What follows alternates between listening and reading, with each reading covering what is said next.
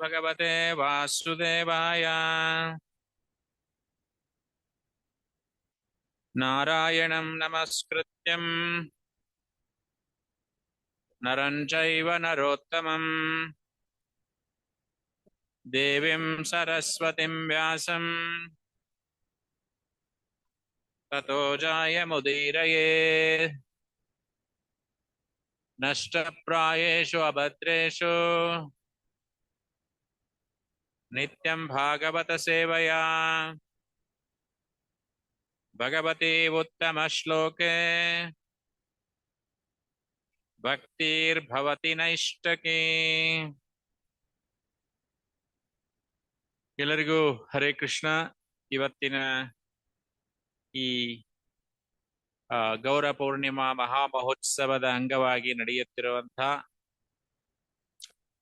ಕೃಷ್ಣ ರಸಾಯನ ಕಾರ್ಯಕ್ರಮ. ಸೊ ಅದಕ್ಕೆ ತಮ್ಮೆಲ್ಲರಿಗೂ ಸ್ವಾಗತ ಮಾಡ್ತಾ ಇದ್ದೀನಿ, ಇಲ್ಲಿದ್ದವರಿಗೆ ಮತ್ತು ಆನ್ಲೈನ್ ಇದ್ದವರಿಗೂ ಕೂಡ. ಸೊ ವೇದಶಾಸ್ತ್ರಗಳ ಪ್ರಕಾರ ಪರಮ ಸತ್ಯ ಅನ್ನೋದು 3 ಸ್ವರೂಪಗಳಲ್ಲಿ ಅರಿಯಲ್ಪಡ್ತಾ ಇದೆ. ಒಂದು ಬ್ರಹ್ಮನ್, ಎರಡನೇದ್ದು ಪರಮಾತ್ಮ ಮತ್ತು ಭಗವಾನ್. ಸೊ ನಿರಾಕಾರವಾದಿಗಳು ತರ್ಕ ಮಾಡ್ತಾರೆ, ಅವರು ದೇವರೊಂದಿಗೆ ಒಂದಾಗಬೇಕು ಅನ್ನುವಂತಹ ವಿಚಾರದಿಂದ ನಿರಾಕಾರ ಬ್ರಹ್ಮ ಜ್ಯೋತಿಯಲ್ಲಿ ಒಂದಾಗಬೇಕು ಅಂತ ಹೇಳಿ ಬಯಸ್ತಾರೆ. ಆ ಬ್ರಹ್ಮ ಜ್ಯೋತಿ ಅಂತಂದ್ರೆ ಯಾವುದು? ಅದು ಶ್ರೀಕೃಷ್ಣನ ದಿವ್ಯ ದೇಹದಿಂದ ಪ್ರಕಾಶಮಯವಾಗಿರ್ತಕ್ಕಂತಹ ಕಿರಣಗಳು ಅಥವಾ ತೇಜಸ್ಸು. ಸೊ ಆ ನಿರಾಕಾರ ಬ್ರಹ್ಮನಿಗಿಂತಲೂ ಮೇಲೆ ಪರಮಾತ್ಮ ತತ್ವ ಇದೆ, ಹೃದಯದಲ್ಲಿ ವಾಸಿಸಿರುವಂತಹ ಪರಮಾತ್ಮ. ಸೊ ನಾವು 13ನೇ ಅಧ್ಯಾಯದಲ್ಲಿ ಓದ್ತೀವಿ, ಕ್ಷೇತ್ರಜ್ಞ ಯೋಗ ಅಂತ ಹೇಳಿ. ಸೊ ಹಾಗೆ ಈ ಪುರುಷ ಅವತಾರಗಳು, ಕೃಷ್ಣನ ಪುರುಷ ಅವತಾರಗಳು, ಕಾರಣೋದಕಾಶಾಯ ವಿಷ್ಣು, ಕ್ಷೀರೋದಕಾಶಾಯ ವಿಷ್ಣು ಮತ್ತು ಗರ್ಭೋದಕಾಶಾಯ ವಿಷ್ಣು ಅಂತ ನಾವು ಕೇಳಿದ್ದೀವಿ.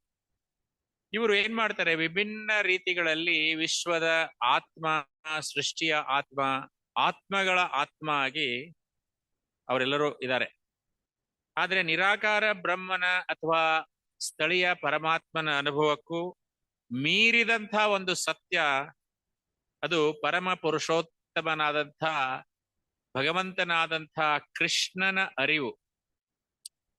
ಯಾಕಂದ್ರೆ ಪ್ರತಿಯೊಬ್ಬರ ಮೂಲ, ಇವನ್ ಬ್ರಹ್ಮನ ಸೃಷ್ಟಿಕರ್ತ ಅಂತ ಹೇಳ್ತೀವಿ, ಖರೆ ಆ ಬ್ರಹ್ಮನ ಮೂಲನೂ ಕೃಷ್ಣನೇ. ಸೊ ಸುಮಾರು 5000 ವರ್ಷಗಳ ಹಿಂದೆ ಅವತಾರಗೊಂಡಂಥ ಅದೇ ಕೃಷ್ಣ ಸುಮಾರು 500 ವರ್ಷಗಳ ಹಿಂದೆ ಶ್ರೀ ಕೃಷ್ಣ ಚೈತನ್ಯ ಮಹಾಪ್ರಭುವಾಗಿ ಅವತಾರಗೊಳ್ತಾರೆ. ಸೊ 5000 ವರ್ಷಗಳ ಹಿಂದೆ ಭಗವದ್ಗೀತೆಯನ್ನ ಉಪದೇಶ ಮಾಡಿ ಅನೇಕ ಲೀಲೆಗಳನ್ನ ಪ್ರದರ್ಶನ ಮಾಡಿದಂಥ ಕೃಷ್ಣ ಮತ್ತೆ ಯಾಕೆ ಅವತಾರ ಮಾಡಿದ್ರು? ಅವ್ರು ಬರುವಂತ ಕಾರಣ ಏನು? ಅದಕ್ಕೆ ಚೈತನ್ಯ ಚರಿತಾಮೃತದಲ್ಲಿ ಭೂಮಿಯ ಮೇಲೆ ತನ್ನ ಲೀಲೆಗಳನ್ನ ಪ್ರದರ್ಶನ ಮಾಡಿದ ನಂತರ ಭಗವಾನ್ ಕೃಷ್ಣ ಅವನ ಮನೋಭಾವಗಳು ದಾಖಲಾಗಿದೆ. ಈ ಚಿಂತನೆಗಳು ಯಾಕೆ ಅವರು 500 ವರ್ಷಗಳ ಹಿಂದೆ ಕೃಷ್ಣ ಚೈತನ್ಯರಾಗಿ ಅವತರಿಸಿದ್ರು ಅನ್ನೋದನ್ನ ತಿಳಿಸ್ಕೊಡ್ತಾರೆ. ಸೊ ನಾವಿಲ್ಲಿ ಅಸೆಂಬಲ್ ಆಗಿರೋದು, ಕೇಳ್ತಾ ಇರೋದು ಕೃಷ್ಣ ಚೈತನ್ಯರ ಕೃಪೆಯಿಂದ.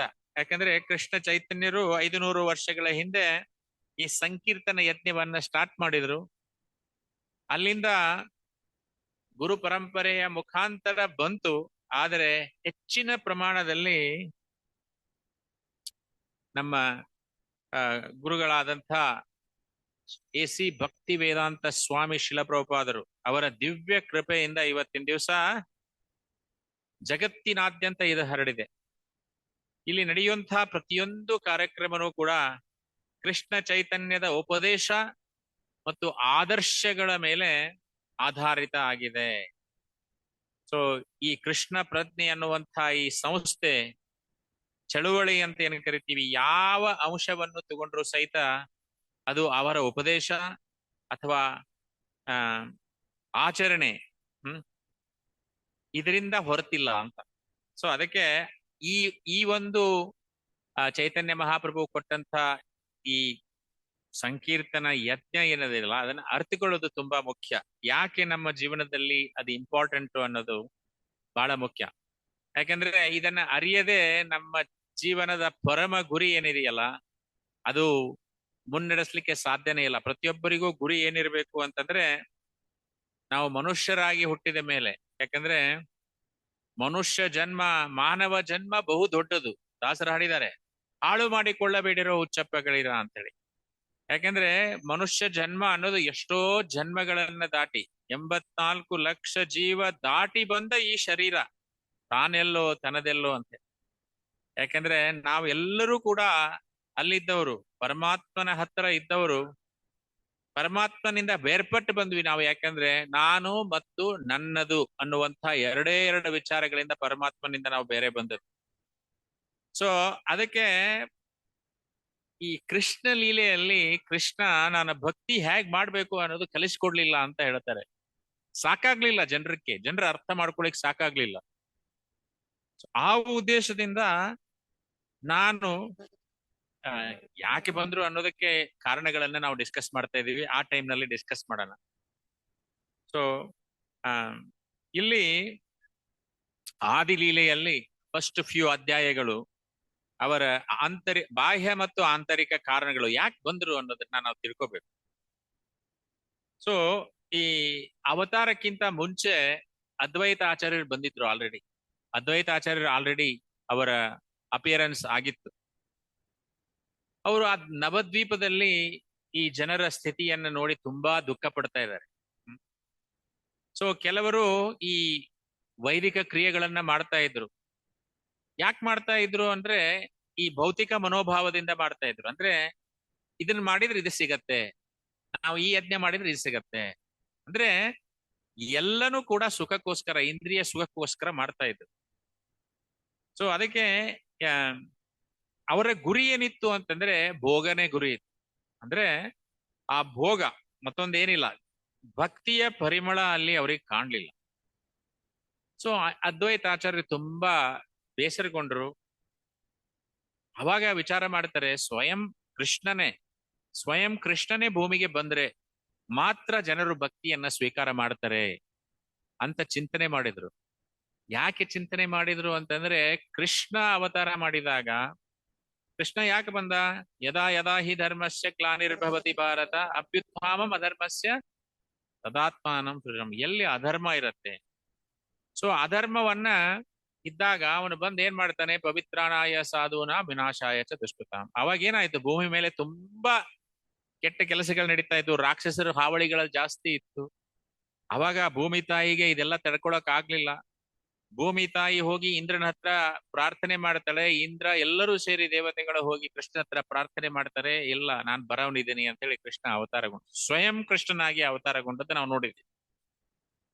ಅದೇ ವಿಚಾರವನ್ನ ಇಟ್ಟುಕೊಂಡು ಅದ್ವೈತಾಚಾರ್ಯರು, ಹಾಗಾದ್ರೆ ಭೂದೇವಿ ಹೋಗಿ ಪ್ರಾರ್ಥನೆ ಮಾಡಿದ್ರೆ ಕೃಷ್ಣ ಅವತಾರ ಮಾಡಿದ, ಸೊ ನಾನು ಕೂಡ ಹೋಗಿ ಕೃಷ್ಣನ ಹತ್ರ ಕೇಳಬೇಕು ಅನ್ನುವಂತ ಸಂದೇಶ ಅದನ್ನ ನೋಡಿ ಸಿಕ್ತಿ ಅವ್ರಿಗೆ. ಅದೇ ರೀತಿ ಅದ್ವೈತಾಚಾರ್ಯರು ಗಂಗಾ ನದಿಯ ತೀರಕ್ಕೆ ಹೋಗಿ ಸಾಲಿಗ್ರಾಮವನ್ನ ಇಟ್ಟು ಆ ಗಂಗಾ ಜಲದಿಂದ, ತುಳಸಿ ದಳಗಳಿಂದ, ಹೂಗಳಿಂದ ಆ ಒಂದು ಸಾಲಿಗ್ರಾಮಗಳನ್ನ ಪೂಜೆ ಮಾಡ್ತಾ ಇದ್ದಾರೆ. ಅಲ್ಲಿ ಹೇಳ್ತಾ ಇದ್ದಾರೆ, ಸ್ವಾಮಿ ನೀವು ಅವತರಿಸಿ ಜನರಿಗೆ ಭಕ್ತಿಯನ್ನ ಬೋಧಿಸಿ, ಹರಿನಾಮವನ್ನ ಜಪಿಸ್ಲಿಕ್ಕೆ ಪ್ರೇರಣೆ ಮಾಡಿ, ಭಕ್ತಿ ಧರ್ಮವನ್ನ ಸ್ಥಾಪನೆ ಮಾಡಿ ಅಂತ ಹೇಳಿ ಕೇಳ್ತಾ ಇದ್ದಾರೆ.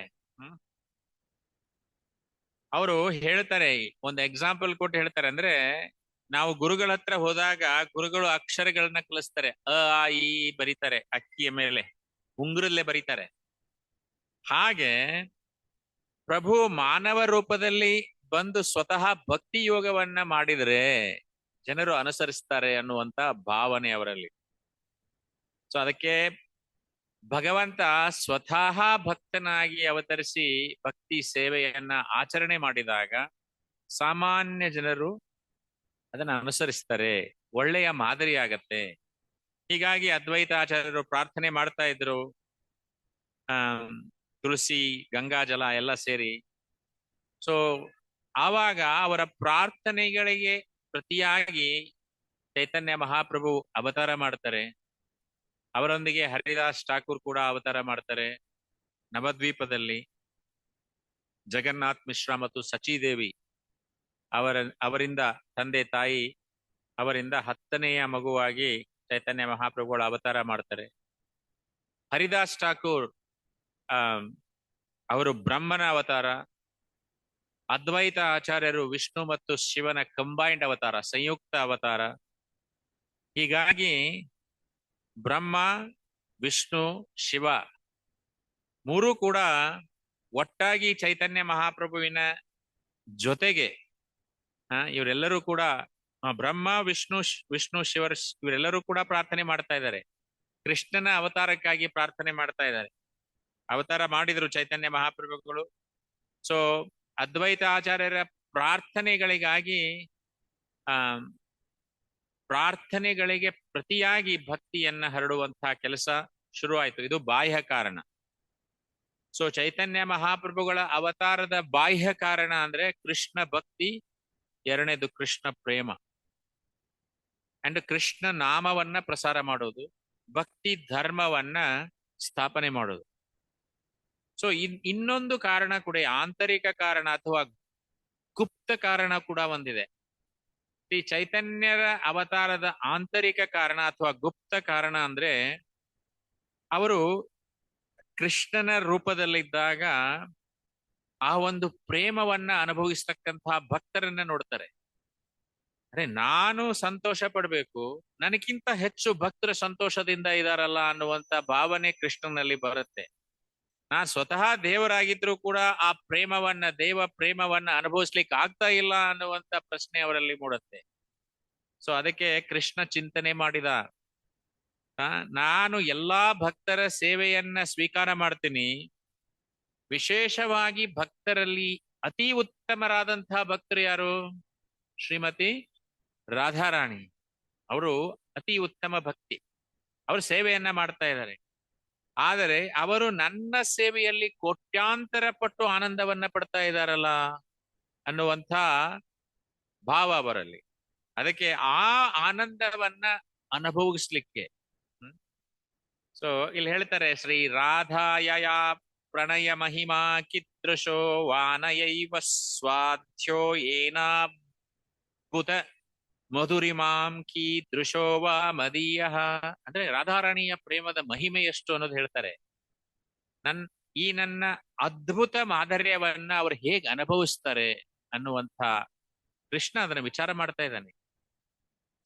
ಆ ರಾಧಾರಾಣಿಯ ಸ್ಥಾನವನ್ನ ಸ್ವೀಕಾರ ಮಾಡದೇನೆ, ಅವಳ ಭಾವವನ್ನ ಅಳವಡಿಸಿಕೊಳ್ಳದೇನೆ, ಭಕ್ತಿ ಭಾವವನ್ನ ಅಂಗೀಕರಿಸದೆ ರಾಧಾರಾಣಿಯ ಅನುಭವವನ್ನ ಅನುಭವಿಸ್ಲಿಕ್ಕೆ ಸಾಧ್ಯ ಇಲ್ಲ ಅಂತ ಯೋಚನೆ ಮಾಡ್ತಾ ಇದ್ದಾರೆ ಚೈತನ್ಯ ಕೃಷ್ಣ ಯೋಚನೆ ಮಾಡ್ತಾ ಇದ್ದಾನೆ. ಅದಕ್ಕೆ ಅವರು ಅತ್ಯಂತ ಆತುರರಾದರು, ಜಿಜ್ಞಾಸುಗಳಾದರು.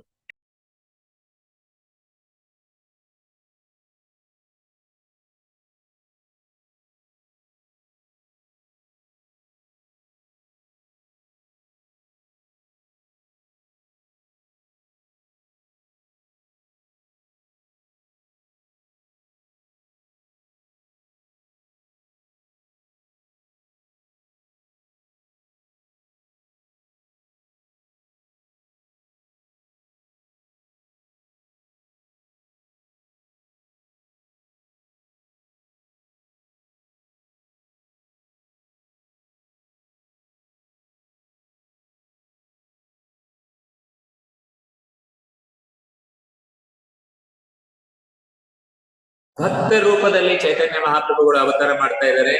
2 ಕಾರಣಗಳೊಂದಿಗೆ ಹರಿನಾಮ ಸಂಕೀರ್ತನ ಅನ್ನುವಂತಹ ಯುಗ ಧರ್ಮವನ್ನ ಸ್ಥಾಪಿಸಿ ಜನರನ್ನ ಜಾಗೃತರನ್ನಾಗಿ ಭಕ್ತರನ್ನಾಗಿ.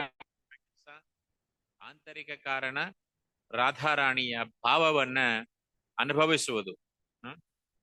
ಸೊ ಈ ರೀತಿಯಾಗಿ ಅವರು ಸುಮಾರು 15ನೆಯ ಶತಮಾನದಲ್ಲಿ ಅವತಾರಗೊಳ್ತಾರೆ. ಅಂದ್ರೆ ನೋಡಿ, ನಾವು ಎಷ್ಟು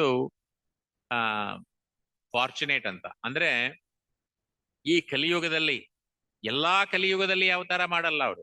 ಎಷ್ಟೋ ಕಲಿಯುಗಗಳು ಬರುತ್ತೆ ಬ್ರಹ್ಮನ ಒಂದು ದಿವಸದಲ್ಲಿ. ಹ್ಮ್. ಎಲ್ಲಾ ಕಲಿಯುಗದಲ್ಲಿ ಕೃಷ್ಣ ದ್ವಾಪರ ಯುಗದಲ್ಲಿ ಕೃಷ್ಣ ಅವತಾರ ಮಾಡೋದಲ್ಲ. ಅದೇ ರೀತಿಯಾಗಿ ಚೈತನ್ಯ ಮಹಾಪ್ರಭುಗಳು ಕೂಡ ಎಲ್ಲಾ ಕಲಿಯುಗದಲ್ಲಿ ಬರಲ್ಲ. We are very fortunate. ನಾವು ಇರ್ತಕ್ಕಂತಹ ಕಲಿಯುಗದಲ್ಲಿ ಚೈತನ್ಯ ಮಹಾಪ್ರಭುಗಳ ಅವತಾರ ಆಗಿದೆ. ಈ ಇದಕ್ಕೇನಂತಾರೆ ಅಂದ್ರೆ, ಈ ದ್ವಾಪರ ಯುಗಕ್ಕೂ ಮತ್ತು ಕಲಿಯುಗಕ್ಕೂ ಸಂಧಿಕಾಲ ಅಂತಾರದೆ. 10,000 ವರ್ಷ ಸಂಧಿಕಾಲ ಇರುತ್ತೆ. ಹ್ಮ್.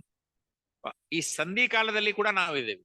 ಅಂದ್ರೆ ಆ ಭಕ್ತಿ ಅನ್ನೋದು ಏನು, 10,000 ವರ್ಷಗಳವರೆಗೆ ಜನ ಭಕ್ತಿಯನ್ನ ಮಾಡ್ತಾರೆ ಅಂತ ಹೇಳ್ತಾರೆ. ಆಮೇಲೆ ಕಲಿಯುಗ ಇನ್ನೂ ಕೆಡ್ತಾ ಹೋಗುತ್ತೆ. ನೀವು ನೋಡ್ತಾ ಇದ್ದೀರಾ ಕಲಿಯುಗ ಇವತ್ತಿನ ದಿವಸ ಎಷ್ಟು ಡಿಟಿರಿಯೇಟ್ ಆಗ್ತಾ ಇದೆ ಅನ್ನೋದನ್ನ.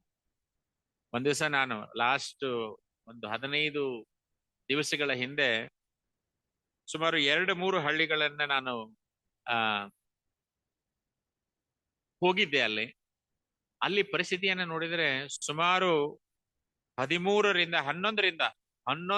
25 ವರ್ಷದ ಮಕ್ಕಳು ಮದ್ಯಪಾನವನ್ನ ಮಾಡ್ತಾ ಇದ್ದಾರೆ.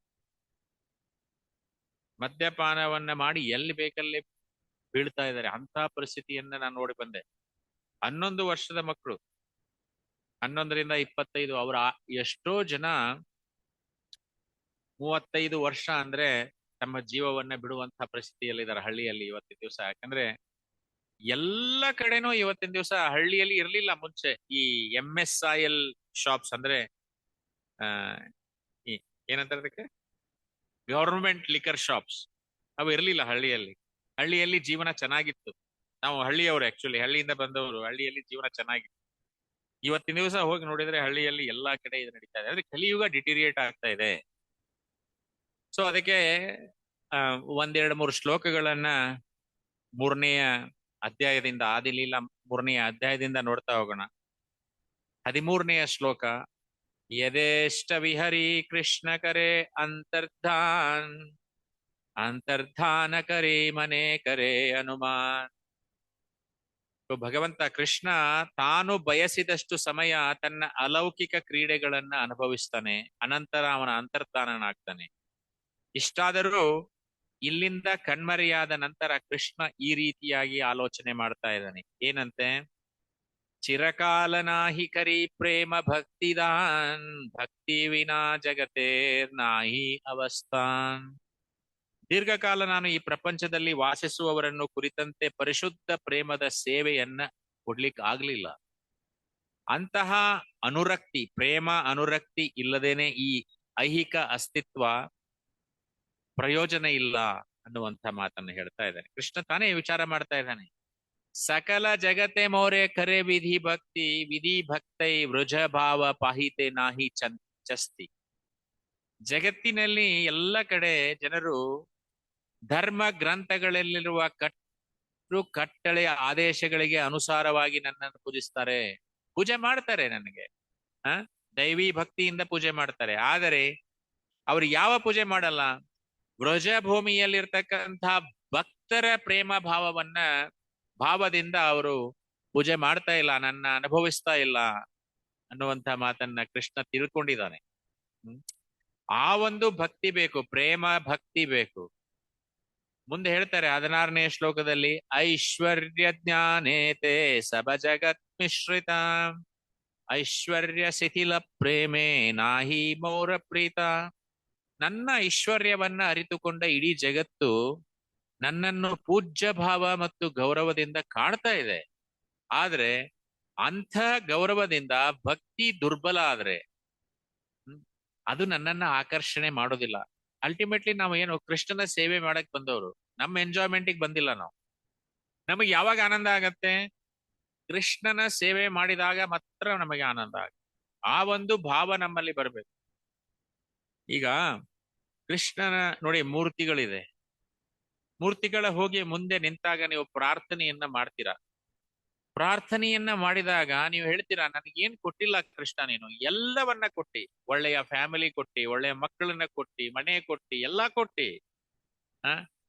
ಇಷ್ಟೆಲ್ಲಾ ಕೊಟ್ಟು ನನಗೆ ಒಂದು ಭಕ್ತಿಯನ್ನ ಮಾತ್ರ ಕೊಡಪ್ಪ ಅಂತ ಹೇಳಿ ಕೇಳ್ಕೊಂಡಾಗ ಕಣ್ಣಲ್ಲಿ ನೀರು ಬರ್ಬೇಕು. ಕೃಷ್ಣ ಎಷ್ಟು ನೀನು ದಯಾಳು ಅಂತ ಹೇಳಿ ಕಣ್ಣಲ್ಲಿ ನೀರು ಬಂದ್ರೆ, ಆ ಭಕ್ತಿ ಭಾವದಿಂದ ನೀರು ಬಂದ್ರೆ ಆ ಪ್ರೇಮವನ್ನ ಕೃಷ್ಣ ಎಕ್ಸ್ಪೆಕ್ಟ್ ಮಾಡ್ತಾ ಇದ್ದಾನೆ.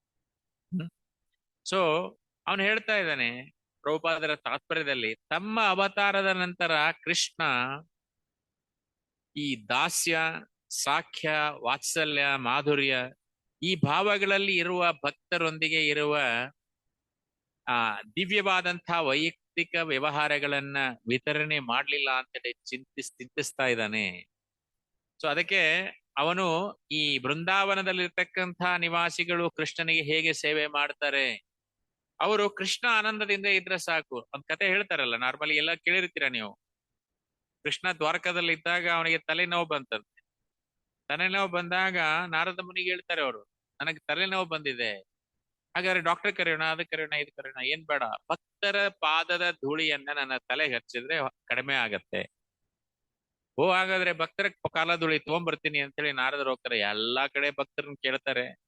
ಅಯ್ಯೋ, ಪಾದದ ಧೂಳಿ ಕೃಷ್ಣನ ತಲೆಗೆ ಹಚ್ಚಕ್ ಕೊಡೋದ, ನಾನು ನರಕಕ್ಕೆ ಹೋಗ್ತೀನಿ ಅಂತೇಳಿ ಯಾರು ಕೊಡೋದಿಲ್ಲ. ಎಂತ ದೊಡ್ಡ ದೊಡ್ಡ ಭಕ್ತರು ಕೂಡ ಕೊಡಲ್ಲ.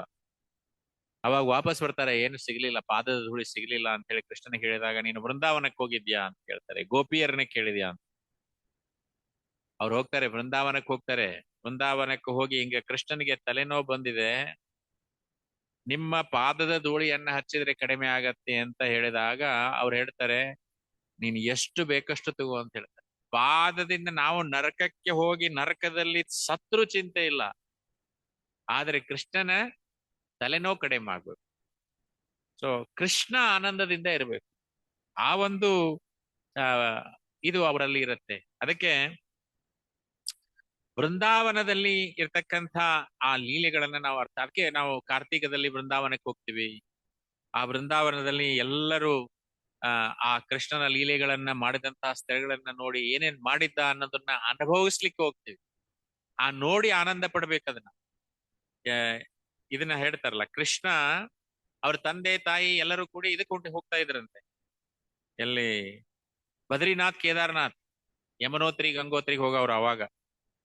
ಅವಾಗ ಹೋಗುವಾಗ ತುಂಬಾ ಕಷ್ಟದ ಪರಿಸ್ಥಿತಿ. ಆವಾಗ ಇವಾಗೆಲ್ಲ ರೋಡ್ಸ್ ಆಗಿದೆ, ಅವಾಗ ತುಂಬಾ ಕಷ್ಟ. ಯಾರು ಬದ್ರಿಗೆ ಹೋಗ್ತಾರೆ ವಾಪಸ್ಸೇ ಬರ್ತಿರ್ಲಿಲ್ಲ ಅಂತ, ಕಾಶಿಗೆ ಹೋದವ್ರು ವಾಪಸ್ ಬರ್ತಿರ್ಲಿಲ್ಲ ಅಂತ ಆ ಟೈಮ್ ನಲ್ಲಿ. ಸೊ ಅಂತ ಪರಿಸ್ಥಿತಿಯಲ್ಲಿ ಕೃಷ್ಣ ಹೇಳಿದ, ನಾನು ಅವ್ರನ್ನ ಇಲ್ಲೇ ಕರೆಸ್ಬಿಡ್ತೀನಿ ಅಂತ ಹೇಳಿದ. ಬದರಿ, ಕೇದಾರ, ಯಮನೋತ್ರಿ, ಗಂಗೋತ್ರಿ ಅಲ್ಲೇ ವೃಂದಾವನದ ಹತ್ರ ಬಂತು. ಈಗ ನೀವು ಹೋದಾಗ ನೀವು ಅದನ್ನ ನೋಡ್ಬೋದು. ಆ ಒಂದು ಬದ್ರಿನಾಥ್, ಕೇದಾರ್ನಾಥ್ ವಿಸಿಟ್ ಮಾಡಿದ್ರೆ ನೀವು ಅದನ್ನ ಓದೋದಕ್ಕಿಂತ 10 ಪಟ್ಟು ಹೆಚ್ಚು ನಿಮಗೆ ಸಿಗತ್ತೆ, ಆ ಒಂದು ಲಾಭ ಸಿಗತ್ತೆ. ಅದಕ್ಕೆ ಅವ್ರು ಹೇಳ್ತಾರೆ, ವೈಯಕ್ತಿಕ ಪ್ರೇಮಮಯ ಸಂಬಂಧಕ್ಕೆ ಪ್ರವೇಶ ಅವಕಾಶ ಸಿಗುವುದಿಲ್ಲ. ಅದಕ್ಕೆ ಅವ್ರು ಹೇಳ್ತಾರೆ, ಚೈತನ್ಯ ಪ್ರಭುವಾಗಿ ಪ್ರೇಮಮಯ ವ್ಯವಹಾರಗಳನ್ನ, ಪ್ರೇಮದಿಂದ ಭಗವಂತನ ಮೇಲೆ ಅತಿ ಪ್ರೇಮದಿಂದ ನಾವು ಭಕ್ತಿಯನ್ನ ಮಾಡ್ಬೇಕು. ಅದಕ್ಕೆ ಭಕ್ತಿಯಲ್ಲಿ ವೈವಿಧ್ಯಮಯವಾದಂತಹ ಭಕ್ತಿ ಇದೆ. ನಾವು ಬೆಳಗ್ಗೆ ಎದ್ದು ಹೇಳ್ತಾರೆ, ನಾವು ಈ ತರ ಬೆಳಗಿನ ಟೈಮ್ ನಲ್ಲಿ ನಾವು ಚಾಂಟಿಂಗ್ ಮಾಡ್ಬೇಕು. ಎಸ್, ಮಾಡ್ತೀವಿ. ವೈದಿ ಸಾಧನ ಭಕ್ತಿ ಅಂತ ಹೇಳಿ, ವೈದಿ ಸಾಧನ ಭಕ್ತಿ. ಸೊ ಸಾಧನ ಭಕ್ತಿ ಮುಂದೆ ಭಾವಭಕ್ತಿಯಾಗಿ ಎಕ್ಸ್ಟಸಿ. ಕೀರ್ತನೆ ಮಾಡುವಾಗ ಕೀರ್ತನೆ ಕೇಳಿದ್ರೆ ಸಾಕು ಕುಣಿತಾ ಇರ್ತಾರೆ ಜನ, ಅದು ಎಕ್ಸ್ಟಸಿ, ಭಾವಭಕ್ತಿ. ಆ ಭಾವಭಕ್ತಿಯಿಂದ ನಾವು ಇನ್ನೂ ಉನ್ನತ ಸ್ಟೇಜಿಗೆ ಹೋದಾಗ ಪ್ರೇಮ ಭಕ್ತಿ. ಸೊ ಅಷ್ಟು ಆ ಪ್ರೇಮ ಭಕ್ತಿಯನ್ನ ಅನುಭವಿಸಿದ್ದಾರೆ ಚೈತನ್ಯ ಮಹಾಪ್ರಭುಗಳು. ಶಿಕ್ಷಾಷ್ಟಕದಲ್ಲಿ ಹೇಳ್ತಾರೆ, ಆಶ್ಲೇಷವ ಪಾದರತಂ ವಿನಾಸ್ತುಮಾಂ ಅದರ್ಶನಾನ್ ಮರ್ಮಹತಂ ಕರೋತುವ ಯಥಾ ತಥಾವಾದತುಲಂಪತೋ ಮತ್ಪ್ರಾಣನಾಥಸ್ತು ಸ ಏವ ನಾಪರಹ. ಎಂತ ಅದ್ಭುತವಾದ ಪ್ರಾರ್ಥನೆಗಳನ್ನ ಅವರು ಮಾಡ್ತಾರೆ. ಇಲ್ಲಿ ಹೇಳ್ತಾ ಇದ್ದಾರೆ 19ನೆಯ ಶ್ಲೋಕದಲ್ಲಿ, ಯುಗ ಧರ್ಮ ಪ್ರವರ್ತಾಯೇಂ ನಾಮ ಸಂಕೀರ್ತನ್ ಚಾರಿ ಭಾವ ಭಕ್ತಿ ದಿಯಾ ನಾಚಾಮೋ ಭುವನ್. ಸ್ವತಃ ನಾನೇ ಯುಗದ ಧರ್ಮವನ್ನ ಶುರು ಮಾಡ್ತೀನಿ. ಅದೇ ಯಾವುದು? ನಾಮ ಸಂಕೀರ್ತನ. ಇಡೀ ಜಗತ್ತು ಕೂಡ ಆನಂದ ಪರವಶೆಯಿಂದ ನರ್ತಿಸುವಂತೆ ಪ್ರೇಮಯುತ ಭಕ್ತಿ ಸೇವೆಯ ಆ 4 ರಸಗಳನ್ನ ಅನುಭವಿಸುವಂತೆ ಮಾಡ್ತೀನಿ ಅಂತ ಹೇಳಿ ಕೃಷ್ಣ ಹೇಳ್ತಾನೆ. ಅದಕ್ಕೆ ಈ ಯುಗ ಧರ್ಮವನ್ನ ಪರಿಚಯಿಸ್ಲಿಕ್ಕೆ ಚೈತನ್ಯ ಮಹಾಪ್ರಭುಗಳು ಬಂದ್ರು. ಅಂದ್ರೆ ಆತ್ಮ ಸಾಕ್ಷಾತ್ಕಾರ, ಎಷ್ಟೋ ಜನ ಇವತ್ತಿನ ದಿವಸ ದೇಹದ ಜೊತೆ ಗುರುತಿಸ್ಕೊತಾರೆ, ಆತ್ಮದ ಜೊತೆ ಗುರುತಿಸ್ಕೊಡೋದಲ್ಲ. ಯಾವಾಗ ನಾವು ಭಗವದ್ಗೀತೆಯನ್ನ ತಿಳ್ಕೊಂಡ್ವಿ ಆವಾಗ ಆತ್ಮಜ್ಞಾನ ಬರುತ್ತೆ, ದೇಹ ಜ್ಞಾನ ಹೋಯ್ತು. ಯಾಕಂದ್ರೆ ದೇಹ ನಶ್ವರ. ಸೊ ಅದಕ್ಕೆ ಆ ಈ ಆತ್ಮ ಸಾಕ್ಷಾತ್ಕಾರ ಜ್ಞಾನವನ್ನ ನಾವು ಪಡೆದ್ವಿ. ಇದು ಹೇಗೆ ಅವ್ರು ಹೇಳ್ತಾರೆ 20ನೇ ಶ್ಲೋಕದಲ್ಲಿ, ಆಪನಿ ಕರೇಮೋ ಭಕ್ತ ಭಾವ ಅಹಂಕಾರೆ ಆಪನಿ ಆಚರಿ ಭಕ್ತಿ ಶಿಖಾಯಮು ಸಬಾರೆ. ಒಬ್ಬ ಭಕ್ತನ ಪಾತ್ರವನ್ನ ನಾನು ತಗೊಳ್ತೀನಿ ಹಾಗೂ ಭಕ್ತಿ ಸೇವೆಯನ್ನ ಸ್ವಯಂ ಆಚರಣೆ ಮಾಡ್ತೀನಿ ಮತ್ತು ಬೋಧನೆ ಮಾಡ್ತೀನಿ ಅಂತ ಹೇಳ್ತಾರೆ. ಯಾರು ಶುದ್ಧ ಭಕ್ತನ ಸಂಘವನ್ನ ಪಡಿತಾರೆ, ಈ ಬೇರೆ ಬೇರೆ ಮುಕ್ತಿಗಳಿದೆ ಅಲ್ವಾ, ಸಾಷ್ಟಿ, ಸಾರೂಪ್ಯ, ಸಾಮೀಪ್ಯ, ಸಾಲೋಕ್ಯ, ಇವ್ಯಾವನು ಕೂಡ ಭಕ್ತರು ಬಯಸೋದಿಲ್ಲ. ಯಾಕಂದ್ರೆ ಅವು ಒಂದು ರೀತಿಯಿಂದ ಇಂದ್ರಿಯ ತೃಪ್ತಿಗಳೇ ಅಂತ ಹೇಳ್ತಾರೆ. ಶುದ್ಧ ಭಕ್ತರು ತಮ್ಮ ವೈಯಕ್ತಿಕ ಲಾಭಕ್ಕಾಗಿ ಭಗವಂತನಿಂದ ಏನೂ ಕೂಡ ಕೇಳೋದಿಲ್ಲ. ಸೊ ವೈಯಕ್ತಿಕ ಲಾಭವನ್ನ ಕೊಟ್ಟರು ಕೂಡ ಅವರು ಸ್ವೀಕಾರ ಮಾಡೋದಿಲ್ಲ. ಇದೆಲ್ಲ ನಾವು ಎಷ್ಟೋ ಕಥೆಗಳಲ್ಲಿ ಕೇಳ್ತಾ ಬಂದಿದ್ದೇವೆ. ಯಾಕಂದ್ರೆ ಅವರ ಏಕೈಕ ಒಂದೇ ಆಸೆ ಅಂದ್ರೆ ಭಗವಂತನನ್ನ ತೃಪ್ತಿಪಡಿಸುವುದು ಅಷ್ಟೇ. ಸೊ ಇದು ಮುಖ್ಯವಾದಂತಹ ಅಂಶ. ಆದ್ರೆ ಈಗ ನಾವು ಭಗವದ್ಗೀತೆಯಲ್ಲಿ ನೋಡಿದ್ದೇವೆ, ತಮೋಗುಣ, ರಜೋಗುಣ, ಸತ್ವಗುಣ, ಈ 3 ಗುಣಗಳಿಂದ ಪ್ರಕೃತಿಯ ಗುಣಗಳಿಂದ ನಿರ್ಮಿತವಾದಂತಹ ಈ ಲೋಕ. ಆ ಲೋಕದಲ್ಲಿ ನಾವು ವಾಸಿಸ್ತಾ ಇದ್ದೇವೆ. ಈ ಇದರಲ್ಲಿ ಏನಿದೆ? ಒಂದು ಅಜ್ಞಾನ, ಎರಡನೇದು ಆಸಕ್ತಿ. ಅಜ್ಞಾನ ಎದರಲ್ಲಿದೆ? ತಮೋಗುಣದಲ್ಲಿ. ಆಸಕ್ತಿ ಎದರಲ್ಲಿದೆ? ರಜೋಗುಣದಲ್ಲಿದೆ. ಸಾತ್ವಿಕತೆ ಎದರಲ್ಲಿದೆ? ಸತ್ವಗುಣದಲ್ಲಿದೆ. ಸತ್ವಗುಣಕ್ಕೂ ಮೀರಿದ್ದು ಒಂದು ಗುಣ ಇದೆ ಅಲ್ವಾ, ಅದು ಶುದ್ಧ ಸತ್ವ ಅಥವಾ ವಾಸುದೇವ ಸ್ತುತಿ ಅಂತ ಹೇಳ್ತಾರೆ. ಆ ಒಂದು ಸ್ಥಿತಿಗೆ ಹೋದಾಗ ಮಾತ್ರ ನಾವು ಕೃಷ್ಣನ ಪ್ರೇಮವನ್ನ ನಾವು ಅರ್ಥ ಮಾಡ್ಕೊಳ್ಳಿಕ್ಕೆ ಸಾಧ್ಯ ಇದೆ. ಸೊ ಇದು 3 ಗುಣಗಳಿಗೂ ಮೀರಿದಂತಹ ಪರಮಾತ್ಮ ಸ್ಥಿತಿ. ಕೃಷ್ಣ 7ನೇ ಅಧ್ಯಾಯದಲ್ಲಿ ಹೇಳ್ತಾನೆ, ಭಗವದ್ಗೀತೆ 7ನೇ ಅಧ್ಯಾಯದಲ್ಲಿ, ದೈವಿ ಏಷ ಗುಣಮಯಿ ಮಮ ಮಾಯ ದುರತ್ಯಯ ಮಾಮೇವಯೇ ಪ್ರಪದ್ಯಂತೆ ಮಾಯಾಮೇತಾಂ ತರಂತಿತೆ. ಅವನು ಹೇಳೋದೇನು? ಈ ಗುಣಗಳನ್ನ ದೈವಿ ಗುಣಗಳು ಏನಿದೆಯಲ್ಲ, ಇಲ್ಲಿ ಗುಣಗಳನ್ನ ದಾಟೋದು ತುಂಬಾ ಕಷ್ಟ. ಯಾರಿಗೇ ಆತ ತುಂಬಾ ಕಷ್ಟ ಗುಣಗಳನ್ನ ದಾಟ. ಆದ್ರೆ ಯಾರು ನನಗೆ ಶರಣಾಗ್ತಾರೆ, ಯಾರು ನನಗೆ ಶರಣಾಗ್ತಾರೆ ಅವರನ್ನ ಈಸಿಯಾಗಿ ನಾನು ಈ ಗುಣಗಳನ್ನ ದಾಟಿಸಿ ನಾನು ಲೋಕಕ್ಕೆ ತರಿಸ್ತೀನಿ ಅಂತ ಹೇಳ್ತಾರೆ. ಸೊ ಅದಕ್ಕೆ ಭಗವಂತನಿಗೆ ಶರಣಾಗ್ಬೇಕು. ಭಗವಂತನಿಗೆ ಶರಣಾದಾಗ ಮಾತ್ರ ನಾವು ಆ ಒಂದು ಗುಣಗಳನ್ನ ದಾಟಿ ಹೋಗ್ಲಿಕ್ಕೆ ಸಾಧ್ಯ ಇದೆ. ಸೊ ಈ ಗುಣಗಳಲ್ಲಿ ಮಿಶ್ರ ಇರುತ್ತೆ. ನಾವು ಪ್ರತಿ ದಿವಸ ನೋಡ್ತೀವಿ, ಬೆಳಗ್ಗೆ ಹೊತ್ತು ನಮಗೆ ಸತ್ವಗುಣ ಇರುತ್ತೆ. ಬರ್ತಾ ಬರ್ತಾ ನಾವು ನಮ್ಮ ಜೀವನದಲ್ಲಿ ಮಕ್ಕಳು, ಗಂಡ, ಹೆಂಡತಿ, ಇದೆಲ್ಲ ರಜೋಗುಣ ಬರುತ್ತೆ. ಇದೇ ರೀತಿ ಗುಣಗಳ ಮಿಶ್ರಣ ದಿವಸದಲ್ಲಿ ಬರ್ತಾನೆ ಇರುತ್ತೆ. ಅದಕ್ಕೆ ಈ ಗುಣಗಳಿದ್ದವನು ಹೇಗೆ ಅವನು ಹೇಗೆ ಹೇಳ್ತಾನೆ ಅಂದ್ರೆ, ಅಜ್ಞಾನದ ಪ್ರಭಾವದಲ್ಲಿ ಇರ್ತಕ್ಕಂಥವನು, ಈ ತಮೋಗುಣದಲ್ಲಿರ್ತಕ್ಕಂತಹ ಭಕ್ತ, ಅವನು ತಿಳ್ಕೊಳ್ತಾನೆ ನಾನೇ ಒಬ್ಬನೇ ಭಕ್ತ, ಇಲ್ಲಿ ಯಾರು ಭಕ್ತರಿಲ್ಲ ಅಂತ ತಿಳ್ಕೊಳ್ತಾನೆ ತಮೋಗುಣದ. ಆಮೇಲೆ ರಜೋಗುಣದ ಭಕ್ತ ಹೆಂಗ್ ತಿಳ್ಕೊಳ್ತಾನೆ? ರಜೋಗುಣದ ಪ್ರಭಾವದಲ್ಲಿರ್ತಕ್ಕಂಥ ಭಕ್ತ, ನಾನು ಉತ್ತಮ ಭಕ್ತರಾಗಬೇಕು, ಅತ್ಯುತ್ತಮ ಭಕ್ತನೆನಿಸ್ಬೇಕು, ಪ್ರಸಿದ್ಧನಾಗಬೇಕು, ನಾನು ಪ್ರತಿಯೊಬ್ಬರು ಅನ್ಬೇಕು ಇವನು ಒಳ್ಳೆಯ ಭಕ್ತ ಅಂತೇಳಿ. ಇವನು ರಜೋಗುಣದವನು. ಸತ್ವಗುಣದಲ್ಲಿರೋನು ಏನ್ ತಿಳ್ಕೊತಾನೆ? ಹಾಗಾದ್ರೆ ನಾನು ಭಗವಂತನ ಧಾಮಕ್ಕೆ ಮರಳಬೇಕು, ದೇವಲೋಕಕ್ಕೆ ಮರಳಬೇಕು ಅಂತ ಯೋಚನೆ ಮಾಡ್ತಾನೆ. ಆದರೆ ಶುದ್ಧ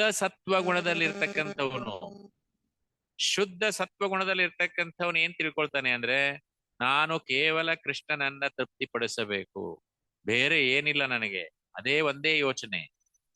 ಸೊ ಅದನ್ನ ಇದನ್ನ ಗುಣವನ್ನ ಚೈತನ್ಯ ಮಹಾಪ್ರಭುಗಳು ಪ್ರದರ್ಶನ ಮಾಡ್ಲಿಕ್ಕೆ ಪ್ರದರ್ಶಿಸಿದರು ಅಷ್ಟೇ. ಸೊ ಅದಕ್ಕೆ ಶ್ರೀಲ ಪ್ರಭುಪಾದರು ಹೇಳ್ತಾರೆ, ಶುದ್ಧ ಭಕ್ತ ದೇವರ ಧಾಮಕ್ಕೆ ಮರಳುವ ಮುಕ್ತಿಯನ್ನೇ ಇಂದ್ರಿಯ ತೃಪ್ತಿ ಅಂತ ಹೇಳಿ ತಿಳ್ಕೊಳ್ತಾನೆ. ಅಂದ್ರೆ ಅವನ ಏಕೈಕ ಆಸೆ ಏನಿರ್ಬೇಕು? ಭಕ್ತನ ಆಸೆ ಅಂತಂದ್ರೆ ಭಗವಂತನ ಸೇವೆ, ಅದುವೇ ಶುದ್ಧ ಭಕ್ತಿ ಸೇವೆ. ಅದನ್ನ ಚೈತನ್ಯ ಮಹಾಪ್ರಭುಗಳು ಬೋಧನೆ ಮಾಡ್ಲಿಕ್ಕೆ ಬೋಧನೆ ಅಷ್ಟೇ ಅಲ್ಲ, ತಮ್ಮ ಜೀವನದ ಮೂಲಕ ಅದನ್ನ ತೋರಿಸಿಕೊಡ್ಲಿಕ್ಕೆ ಬಂದ್ರು. ಅದನ್ನ ಎಲ್ಲಾ ಗುರುಗಳು ಶ್ರೀಲ ಪ್ರಭುಪಾದರು ಕೂಡ ಬೋಧಿಸಿದ್ರು, ಅಷ್ಟೇ ಅಲ್ಲ ಅದನ್ನ ಅನುಸರಿಸಿದ್ರು. ಸೊ ಅದಕ್ಕೆ 40ನೆಯ ಶ್ಲೋಕದಲ್ಲಿ ಅದೇ ಅಧ್ಯಾಯದಲ್ಲಿ ಕಲಿಯುಗೇ ಯುಗ ಧರ್ಮ ನಾಮೇರ ಪ್ರಚಾರ ತಥಿಲಾಗಿ ಪೀತ ವರ್ಣ ಚೈತನ್ಯ ಅವತಾರ. ಕಲಿಯುಗದ ಧರ್ಮದ ಆಚರಣೆ ಏನಂದ್ರೆ ಈ ಪ್ರಭುವಿನ ಪವಿತ್ರ ನಾಮಗಳನ್ನ ವೈಭವಗಳನ್ನ ಹರಡುವುದು. ಈ ಉದ್ದೇಶಕ್ಕಾಗಿ ಆ ಭಗವಂತ ಚೈತನ್ಯರಾಗಿ ಹಳದಿ ಬಣ್ಣದ ರೂಪದಲ್ಲಿ, ಯಾಕೆ ಹಳದಿ ಬಣ್ಣ ಅನ್ನೋದನ್ನ ಕೂಡ ಮುಂದೆ ಹೇಳ್ತಾರೆ. ವಿಷ್ಣು ಸಹಸ್ರನಾಮದಲ್ಲಿ ಒಂದು ಉಲ್ಲೇಖ ಇದೆ. ಸೊ ಉಲ್ಲೇಖ ಏನ್ ಬರುತ್ತೆ ಹೇಳಿ, ಯಾರು ಹೇಳ್ತೀರಿ? ಸುವರ್ಣ ವರ್ಣೋ ಹೇಮಾಂಗೋ ವರಾಂಗಶ್ಚಂಗನಾಂಗದಿ. ಮುಂದೆ ಸನ್ಯಾಸಕತ್ ಸಮ ಶಂತೋ ನಿಷ್ಠಶಾಂತಿ ಪರಾಯಣ. ಸುವರ್ಣ ವರ್ಣೋ ಹೇಮಾಂಗೋ, ನೋಡ್ರಿ ಎಷ್ಟೋ ವರ್ಷಗಳ ಹಿಂದೆ, 5000 ವರ್ಷಗಳ ಹಿಂದೆ ಮಹಾಭಾರತ ಯುದ್ಧದ ನಂತರ ರಚಿಸಲ್ಪಟ್ಟಂತಹ ವಿಷ್ಣು ಸಹಸ್ರನಾಮ. ಆವಾಗಲೇನೆ ಸುವರ್ಣ ವರ್ಣೋ ಹೇಮಾಂಗೋ, ಸುವರ್ಣ ಅಂದ್ರೆ ಬಂಗಾರ, ಚಿನ್ನ. ಆ ವರ್ಣದಲ್ಲಿ ಹೇಮ ಅಂದ್ರೂ ಕೂಡ ಬಂಗಾರ, ಸುವರ್ಣ ಅಂದ್ರೂ ಕೂಡ ಬಂಗಾರ. ಅಂಗ ಅಂದ್ರೆ ಅಂಗಗಳು, ಅಂದ್ರೆ ಪ್ರಭು ಬಂಗಾರದ ವರ್ಣದಲ್ಲಿ ಅವತರಣೆ ಮಾಡ್ತಾ ಇದ್ದಾರೆ ಅಂತ ಆವಾಗಲೇ ಹೇಳಿದ್ದು. ವಾಸ್ತವವಾಗಿ ಪ್ರಭು ಕೃಷ್ಣನ ಬಣ್ಣ ಯಾವುದು? ಶ್ಯಾಮವರ್ಣ. ಅಂದ್ರೆ ಕಪ್ಪು ಮತ್ತು ನೀಲಿ ಮಿಕ್ಸ್, ಅಂದ್ರೆ ಮೋಡದಂತೆ ಗಾಢವಾದ ಶ್ಯಾಮವರ್ಣ. ಈಗ ಮಳೆ ಬರುವಾಗ ಯಾವ ರೀತಿಯಾಗಿ ಮೋಡಗಳ ಕಲರ್ ಇರತ್ತಲ್ವಾ, ಆ ಬಣ್ಣ. ಅದಕ್ಕೆ ಪ್ರಭುವಿನ ಮೂಲ ವರ್ಣ ಶ್ಯಾಮವರ್ಣ ಆಗಿದ್ರು ಕೂಡ ಅವರು ಗೌರಾಂಗ ಮಹಾಪ್ರಭುಗಳಾಗಿ ಬಂಗಾರದ ವರ್ಣದಲ್ಲಿ ಅವತರಣೆ ಮಾಡಿದ್ದಾರೆ. ಆ ಬಂಗಾರ ವರ್ಣವನ್ನ ಅವ್ರು ಎಲ್ಲಿ ಪಡೆದ್ರು ಅಂದ್ರೆ ಬಂಗಾರದ ವರ್ಣ ರಾಧಾರಾಣಿಯಿಂದ ಪಡಿತಾ ಇದ್ದಾರೆ. ಅಂದ್ರೆ ಆ ಭಾವವನ್ನ ಪಡಿತಾ ಇದ್ದಾರೆ ರಾಧಾರಾಣಿಯಿಂದ. ಆ ಒಂದು ಕಲರ್ ಅವಳಿಂದ ಪಡೆದ್ರು. ಅದಕ್ಕೆ ಒಂದ್ ಕಡೆ ಹೇಳ್ತಾರೆ, ತದಿತ ಸುವರ್ಣ ಚಂಪಕ ಪ್ರದೀಪ ಗೌರ ವಿಗ್ರಹೇ ಮುಖ ಪ್ರಭ ಪರಸ್ತ ಕೋಟಿ ಶರದೇಂದು ಬಂದಲೆ. ಅಂದ್ರೆ ಮಿಂಚಿನಂತೆ, ಚಿನ್ನದಂತೆ, ಚಂಪಕ ಹೂವಿನಂತೆ ಪ್ರಕಾಶಮಾನವಾದ ಗೌರವರ್ಣದ ದಿವ್ಯ ವಿಗ್ರಹದಲ್ಲಿ ಅವರ ಮುಖಕಾಂತಿ ಕೋಟ್ಯಾಂತರ ಶರದೃತುವಿನ ಪೂರ್ಣಚಂದ್ರರ ಪ್ರಕಾಶವನ್ನು ಮೀರಿಸುತ್ತದೆ. ಈ ಶ್ಲೋಕ ಚೈತನ್ಯ ಮಹಾಪ್ರಭುವರ ದಿವ್ಯ ರೂಪ ಮಾಧುರ್ಯವನ್ನ, ಅಷ್ಟು ಬ್ಯೂಟಿಫುಲ್ ಇದ್ರಂತೆ ಅವ್ರು. ಚೈತನ್ಯ ಮಹಾಪ್ರಭು ಆ ವರ್ಣ, ಸುವರ್ಣ ವರ್ಣ, ಆ ಅಂಗಾಂಗಗಳು ಅವರೆಲ್ಲ ವರ್ಣನೆ ಮಾಡ್ತಾರೆ. ಎಷ್ಟು ಕೈ ಅಂದ್ರೆ ಮೊಣಕಾಲ್ವರೆಗೆ ಕೈ ಬರ್ತಾ ಇದ್ದು ಅಂತೆ. ಈ ನಕ್ರೆ, ಈ ನಗು ಕಿವಿವರೆಗೆ ಇರ್ತಿತ್ತಂತೆ. ಅಂದ್ರೆ ವರ್ಣಗಳನ್ನ, ಕರ್ಣಗಳನ್ನ ವರ್ಣನೆ ಮಾಡ್ತಾರೆ, ಕೈಗಳನ್ನ ವರ್ಣನೆ ಮಾಡ್ತಾರೆ, ಕಾಲುಗಳನ್ನ ವರ್ಣನೆ ಮಾಡ್ತಾರೆ, ಎತ್ತರವಾಗಿದ್ರು ಎತ್ತರವನ್ನ ವರ್ಣನೆ ಮಾಡ್ತಾರೆ. ಅದೆಲ್ಲ ತುಂಬಾ ಅದ್ಭುತವಾದಂತಹ ವರ್ಣನೆಯನ್ನ ಮಾಡ್ತಾರೆ. ಮುಂದೆ ಅವ್ರು ಹೇಳ್ತಾರೆ, 10 ಲಕ್ಷ ಶರದ್ ಪೌರ್ಣಿಮೆಯ ಚಂದ್ರರ ಕಿರಣಗಳು. ಶರದ್ ಪೌರ್ಣಿಮೆ ಕಾರ್ತಿಕ ಮಾಸದಲ್ಲಿ ಬರುತ್ತೆ. ಕಾರ್ತಿಕ ಮಾಸ ಶುರುವಾಗಿದ್ದು ಶರದ್ ಪೌರ್ಣಿಮೆಯಿಂದ. ಅಲ್ಲಿಂದ ಆ ಒಂದು ದ್ಯುತಿ, ರಾಧೆಯ ದ್ಯುತಿ, ಅದನ್ನ ಸ್ವೀಕಾರ ಮಾಡಿದ್ರು. ಶ್ರೀಕೃಷ್ಣ ಚೈತನ್ಯ ರಾಧಾ ಕೃಷ್ಣ ನಹೇ ಅನ್ಯ, ರಾಧಾ ಭಾವ ದ್ಯುತಿ ಸುಬಲಿತಂ ನವಮಿ ಕೃಷ್ಣ ಸ್ವರೂಪಂ. ಅಂದ್ರೆ ಇಲ್ಲಿ ಸುವರ್ಣ ವರ್ಣ ಅನ್ನೋದು ರಾಧಾರಾಣಿಯಿಂದ ಬಂದಿದೆ. ರಾಧಾರಾಣಿಗೆ ಸುವರ್ಣ ವರ್ಣ ಇದೆ. ಅದಕ್ಕೆ ಸುವರ್ಣ ವರ್ಣೋ ಹೇಮಾಂಗೋ ವರಾಂಗಶ್ಚಂಗನಾಂಗದಿಹಿ. ವರಾಂಗ ಅಂದ್ರೆ ಅಂಗಗಳು, ಸುಂದರವಾದಂತಹ ಅಂಗಗಳು. ಚಂದನಾಂಗದಿ ಅಂದ್ರೆ ಚಂದನದ ಲೇಪದಿಂದ ಅಲಂಕಾರ ಮಾಡತಕ್ಕಂತ ಅಂಗಗಳನ್ನ ಇಲ್ಲಿ ಹೇಳ್ತಾ ಇದ್ದಾರೆ. ಸೊ ಅದಕ್ಕೆ ಈ ಆದಿಲೀಲೆಯಲ್ಲಿ ಅದ್ಭುತವಾದ 24 ವರ್ಷಗಳ, ಯಾಕಂದ್ರೆ ಅವ್ರು ಇದ್ದಿದ್ದೇ 48 ವರ್ಷ. 48 ವರ್ಷದಲ್ಲಿ 24 ವರ್ಷ ಅವರು ಬಾಲ ಲೀಲೆಗಳನ್ನ ಮಾಡ್ತಾರೆ. ಅಷ್ಟರಲ್ಲೇನೆ ಮದುವೆ ಮಾಡ್ಕೊಡ್ತಾರೆ ವಿಷ್ಣು ಪ್ರಿಯ ಮತ್ತು ಲಕ್ಷ್ಮೀ ಪ್ರಿಯ ಅನ್ನೋ ಇಬ್ಬರನ್ನ, ಒಬ್ರಾದ್ಮೇಲೆ ಒಬ್ರು. ಆಮೇಲೆ 6 ವರ್ಷ ಅವರು ಸೌತ್ ಇಂಡಿಯಾ ಟೂರ್ ಮಾಡ್ತಾರೆ, ಎಲ್ಲೆಲ್ಲ ಕಡೆ. ಉಡುಪಿ, ಆಮೇಲೆ ತ್ರಿಚಿ, ಯಾವ್ದಾದ್ರು ಶ್ರೀರಂಗಂ, ಎಲ್ಲ ಕಡೆ ಬರ್ತಾರೆ. ಸೊ ಸುಮಾರು 6 ವರ್ಷಗಳ ಕಾಲ ಮಾಡಿದ ಮೇಲೆ ಪುರಿಯಲ್ಲಿ 18 ವರ್ಷಗಳ ಕಾಲ 18 ವರ್ಷಗಳ ಕಾಲ ಅಲ್ಲಿ ಇರ್ತಾರೆ. ಅದಕ್ಕೆ 3 ಭಾಗಗಳನ್ನ ಮಾಡಿದ್ದಾರೆ ಚೈತನ್ಯ ಚರಿತಾಮೃತದಲ್ಲಿ. 24 ವರ್ಷಗಳ ಆದಿಲೀಲೆ, 6 ವರ್ಷಗಳ ಮಧ್ಯಲೀಲೆ, ಆಮೇಲೆ 18 ವರ್ಷಗಳ ಅಂತ್ಯ ಲೀಲೆಗಳನ್ನ ಮಾಡಿದ್ದಾರೆ. ಸೊ ತುಂಬಾ ಅದ್ಭುತವಾದಂತ ಲೀಲೆಗಳು. ಆದಿಲೀಲೆ ಆಯ್ತು, ಚೈತನ್ಯ ಮಹಾಪ್ರಭುಗಳ ಲೀಲೆ ಅಂದ್ರೆ ಅಷ್ಟು ಅದ್ಭುತ. ಸೊ ಅದಕ್ಕೆ ಸೊ ತುಂಬಾ ಅವರು ಹೆಂಗಿದ್ರು ಅಂದ್ರೆ ತುಂಬಾ ಕುಚೋದ್ಯವನ್ನ ಮಾಡ್ತಾ ಇದ್ರು. ಅಷ್ಟೇ ಪಂಡಿತರು ಇದ್ರು ಅವರು. ತುಂಬಾ ಪಾಂಡಿತ್ಯವನ್ನು ಕೂಡ ಹೊಂದಿದ್ರು. ಇದೆಲ್ಲ ಮಾಡ್ತಾ ಇದ್ರು. ಅವರಿಗೆ ಪ್ರೀತಿಯಿಂದ ಮನೆಯಲ್ಲಿ ತಾಯಿ ಇದ್ರು, ಅನೇಕ ಸಹಚರರಿದ್ರು, ಅನುಯಾಯಿಗಳಿದ್ರು. ಸೊ ನೀವು ನೋಡುವಂತ ಗೌರಾಂಗ ಪ್ರಭುವಿನ ರೂಪ ಇದು ಆದಿಲೀಲೆಯ ಸನ್ಯಾಸ ಪೂರ್ವದ ರೂಪ. ಇದು ಸನ್ಯಾಸ ಪೂರ್ವದಲ್ಲಿರ್ತಕ್ಕಂಥ ರೂಪ. ನೀವೆಲ್ಲ ನೋಡ್ತಕ್ಕಂಥದ್ದು ಕೂದಲು ಚೆನ್ನಾಗಿರ್ತಕ್ಕಂಥ, ಇಲ್ಲಿವರೆಗೆ ಕೂದಲು ಬೆಳೆಸಿ ಅದು ತುಂಬಾ ಅದ್ಭುತವಾಗಿ ಕಾಣ್ತಾ ಇದ್ರು. ಸೊ ಮುಂದೆ ಆ ಹಳದಿ ಧೋತಿಯನ್ನ ಹಾಕ್ತಾ ಇದ್ರು. ಅಲಂಕಾರಗಳಿಂದ, ಹಾರಗಳಿಂದ, ಚಂದನ ಲೇಪದಿಂದ ಅಲಂಕರಿಸಲ್ಪಟ್ಟಿರ್ತಾರೆ. ಅದಕ್ಕೆ ಹೇಳ್ತಾರೆ ಸಚಿ ಸುತಾಷ್ಟಕದಲ್ಲಿ, ಸತತಂ ಜನತಾ ಭವತಾಪಹರಂ ಪರಮಾರ್ಥ ಪರಾಯಣ ಲೋಕಗತಿಂ ನವಲೇಹಕರಂ ಜಗತ್ತಾಪಹರಂ ಪ್ರಣಮಾಮಿ ಶಚಿ ಸುತ ಗೌರವನಂ. ಹೇಳ್ತಾ ಇದ್ದಾರೆ, ಯಾವಾಗಲೂ ಕೂಡ ಮನುಕುಲದ ಭೌತಿಕ ಅಸ್ತಿತ್ವದ ದುಃಖವನ್ನ ತೆಗೆದು ಹಾಕ್ತಾನೆ. ಅವನು ತಮ್ಮ ಜೀವನದ ಪರಮ ಲಾಭವನ್ನ ಪಡೀಲಿಕ್ಕೆ ಆಸಕ್ತ ಇರುವವರಿಗೆ ಜೀವನದ ಗುರಿಯಾಗಿರ್ತಾರೆ.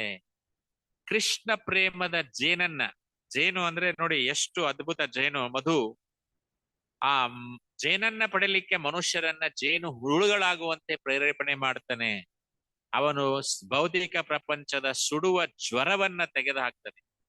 ಸೊ ನಮಗೆ ಅಲ್ಟಿಮೇಟ್ಲಿ ಆಸೆ ಏನಿರ್ಬೇಕು ಅಂತಂದ್ರೆ ಈ ಲೋಕವನ್ನ ಬಿಡಬೇಕು, ಬಿಟ್ಟು ನಮ್ಮ ಮನೆಗೆ ಹೋಗುವ ತಯಾರಿಯಲ್ಲಿರ್ಬೇಕು. ಅಲ್ಲಿದೆ ನಮ್ಮ ಮನೆ, ಇಲ್ಲಿರುವುದು ಸುಮ್ಮನೆ. ಹೇಗೆ ದಾಸರಾಡಿದ್ದಾರೆ, ನಮ್ಮ ಮನೆಗೆ ನಮ್ಮ ಪ್ರಯಾಣ ಮಾಡಬೇಕು ನಾವು ಅನ್ನುವಂತ ಭಾವವನ್ನ ಇಟ್ಟುಕೊಂಡು ನಾವು ಭಕ್ತಿಯನ್ನ ನಾವು ಮಾಡಬೇಕು.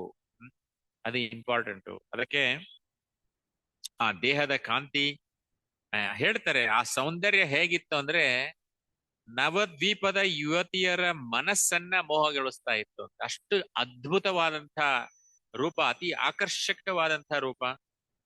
ಸೊ ಅವ್ರು 24ನೇ ವರ್ಷಕ್ಕನೆ ಸನ್ಯಾಸ ಸ್ವೀಕಾರ ಮಾಡ್ತಾರೆ. ತಲೆ ಮುಂಡನೆ ಮಾಡ್ತಾರೆ ಅವಾಗ. ಸೊ ಕೂದಲಿಲ್ಲ ಅವಾಗ, ಹಳದಿ ವಸ್ತ್ರ ಇಲ್ಲ, ಕಾಷಾಯ ವಸ್ತ್ರವನ್ನ ಧರಿಸ್ತಾ ಇದ್ದಾರೆ, ಅಲಂಕಾರಗಳಿಲ್ಲ.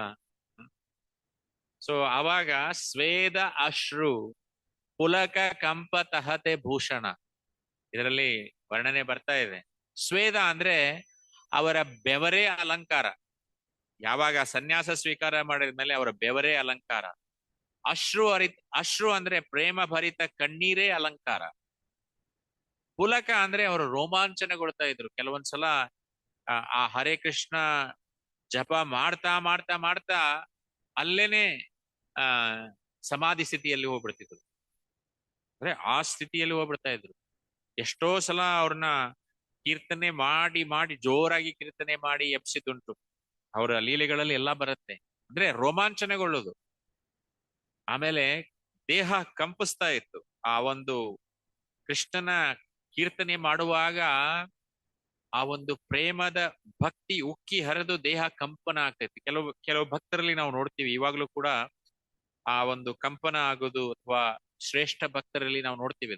ಇದು ಅದ್ಭುತವಾದಂತಹ ಒಂದು ಆ ಲಕ್ಷಣಗಳು ಭಕ್ತರಾದವರಲ್ಲಿ, ಆ ಲಕ್ಷಣಗಳನ್ನ ನೋಡ್ತೀವಿ. ಸೊ ಇವು ಸನ್ಯಾಸಿಯಾಗಿ ಚೈತನ್ಯ ಮಹಾಪ್ರಭುವಿನ ಭೂಷಣಗಳು ಅಂತ ಹೇಳ್ತಾರೆ. ಸೊ ಅದಕ್ಕೆ ಹೇಳ್ತಾರೆ ಸನ್ಯಾಸ ಕೃಚ್ಛಮ ಶಾಂತೋ ನಿಷ್ಠ ಶಾಂತಿ ಪರಾಯಣ. ಸನ್ಯಾಸ ಕೃತ್ ಅಂದ್ರೆ ಸನ್ಯಾಸ ಲೀಲೆಯನ್ನ, ಸನ್ಯಾಸ ಸ್ವೀಕಾರ ಮಾಡಿದವನ್ನ. ಶಮಃ ಅಂದ್ರೆ ಇಂದ್ರಿಯ ನಿಯಂತ್ರಣ. ಶಾಂತಃ ಅತ್ಯಂತ ಶಾಂತ ರೀತಿಯಿಂದ ಸಮಚಿತ್ತರಾದಂಥ ಚೈತನ್ಯ ಮಹಾಪ್ರಭುಗಳು ಸನ್ಯಾಸ ಸ್ವೀಕಾರ ಮಾಡಿದ ಮೇಲೆ. ಸೊ ಅವ್ರನ್ನ ಬಾಲ್ಯಲೀಲೆಯಲ್ಲಿ ನಿಮಾಯಿ ಅಂತ ಕರೀತಾ ಇದ್ರು. ಆಮೇಲೆ ಅವರು ಚೈತನ್ಯ ಮಹಾಪ್ರಭುಗಳಾದ್ರು, ಗುರುಗಳ ದೀಕ್ಷೆ ತಗೊಳ್ತಾರೆ ಗಯಾಯಲ್ಲಿ. ಸೊ ಇದೆಲ್ಲ ನಿಷ್ಠ ಶಾಂತಿ ಪರಾಯಣ ಅಂದ್ರೆ ತ್ಯಾಗ ಮಾರ್ಗದಲ್ಲಿರುವವರಿಗೆ ವಿವಿಧ ಶಾಸ್ತ್ರಗಳನ್ನ ಆ ಶಾಸ್ತ್ರಗಳಲ್ಲಿ ತೊಡಗಿರುವವರ ಗುರಿ ಅದು. ಶಾಂತಿ ಪರಾಯಣ ಅಂದ್ರೆ. ಸೊ ಈ ರೀತಿಯಾಗಿ ಅನೇಕ ಭಕ್ತಿ ತತ್ವಗಳಲ್ಲಿ ತೊಡಗ್ತಾರೆ. ಆ ಎಷ್ಟೋ ಜನರ ಭಿನ್ನಾಭಿಪ್ರಾಯಗಳನ್ನ ಶಮನಗೊಳಿಸ್ತಾರೆ. ಆಮೇಲೆ ಅವರ ಒಂದು ಅಚಿಂತ್ಯ ಭೇದ ತತ್ವವನ್ನ ಸ್ಥಾಪನೆ ಮಾಡ್ತಾರೆ.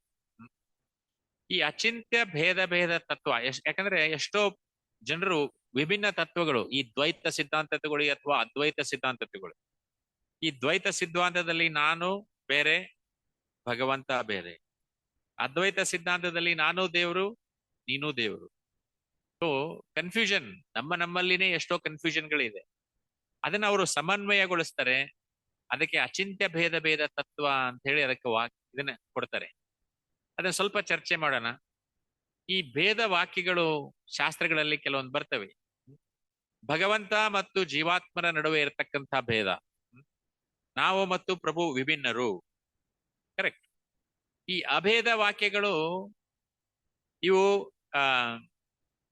ಹೇಗೆ ಅಂದ್ರೆ, ಒಂದು ವಾಕ್ಯ ನಾನು ಮತ್ತು ಪ್ರಭು ಒಂದೇ ಅಂತ ಹೇಳುವಾಗ, ನಾನು ಮತ್ತು ಭಗವಂತ ಅಂತ ಒಂದೇ ಅಂತ ಹೇಳುವಾಗ, ನಾನು ಮತ್ತು ಭಗವಂತ ಬೇರೆ ಬೇರೆ ಅಂತ ಹೇಳುವಾಗ ಇವು ಎರಡು ವಿಭಿನ್ನ ಅನಿಸುತ್ತೆ. ಆದ್ರೆ ಇವ್ರು ಹೇಳ್ತಾರೆ ಎರಡು ಸರಿ ಅಂತ ಹೇಳ್ತಾರೆ. ಚೈತನ್ಯ ಮಹಾಪ್ರಭುಗಳು ಅದಕ್ಕೆ ಭೇದ ತತ್ವವನ್ನ ತಗೊಂಡ್ಬರ್ತಾರೆ.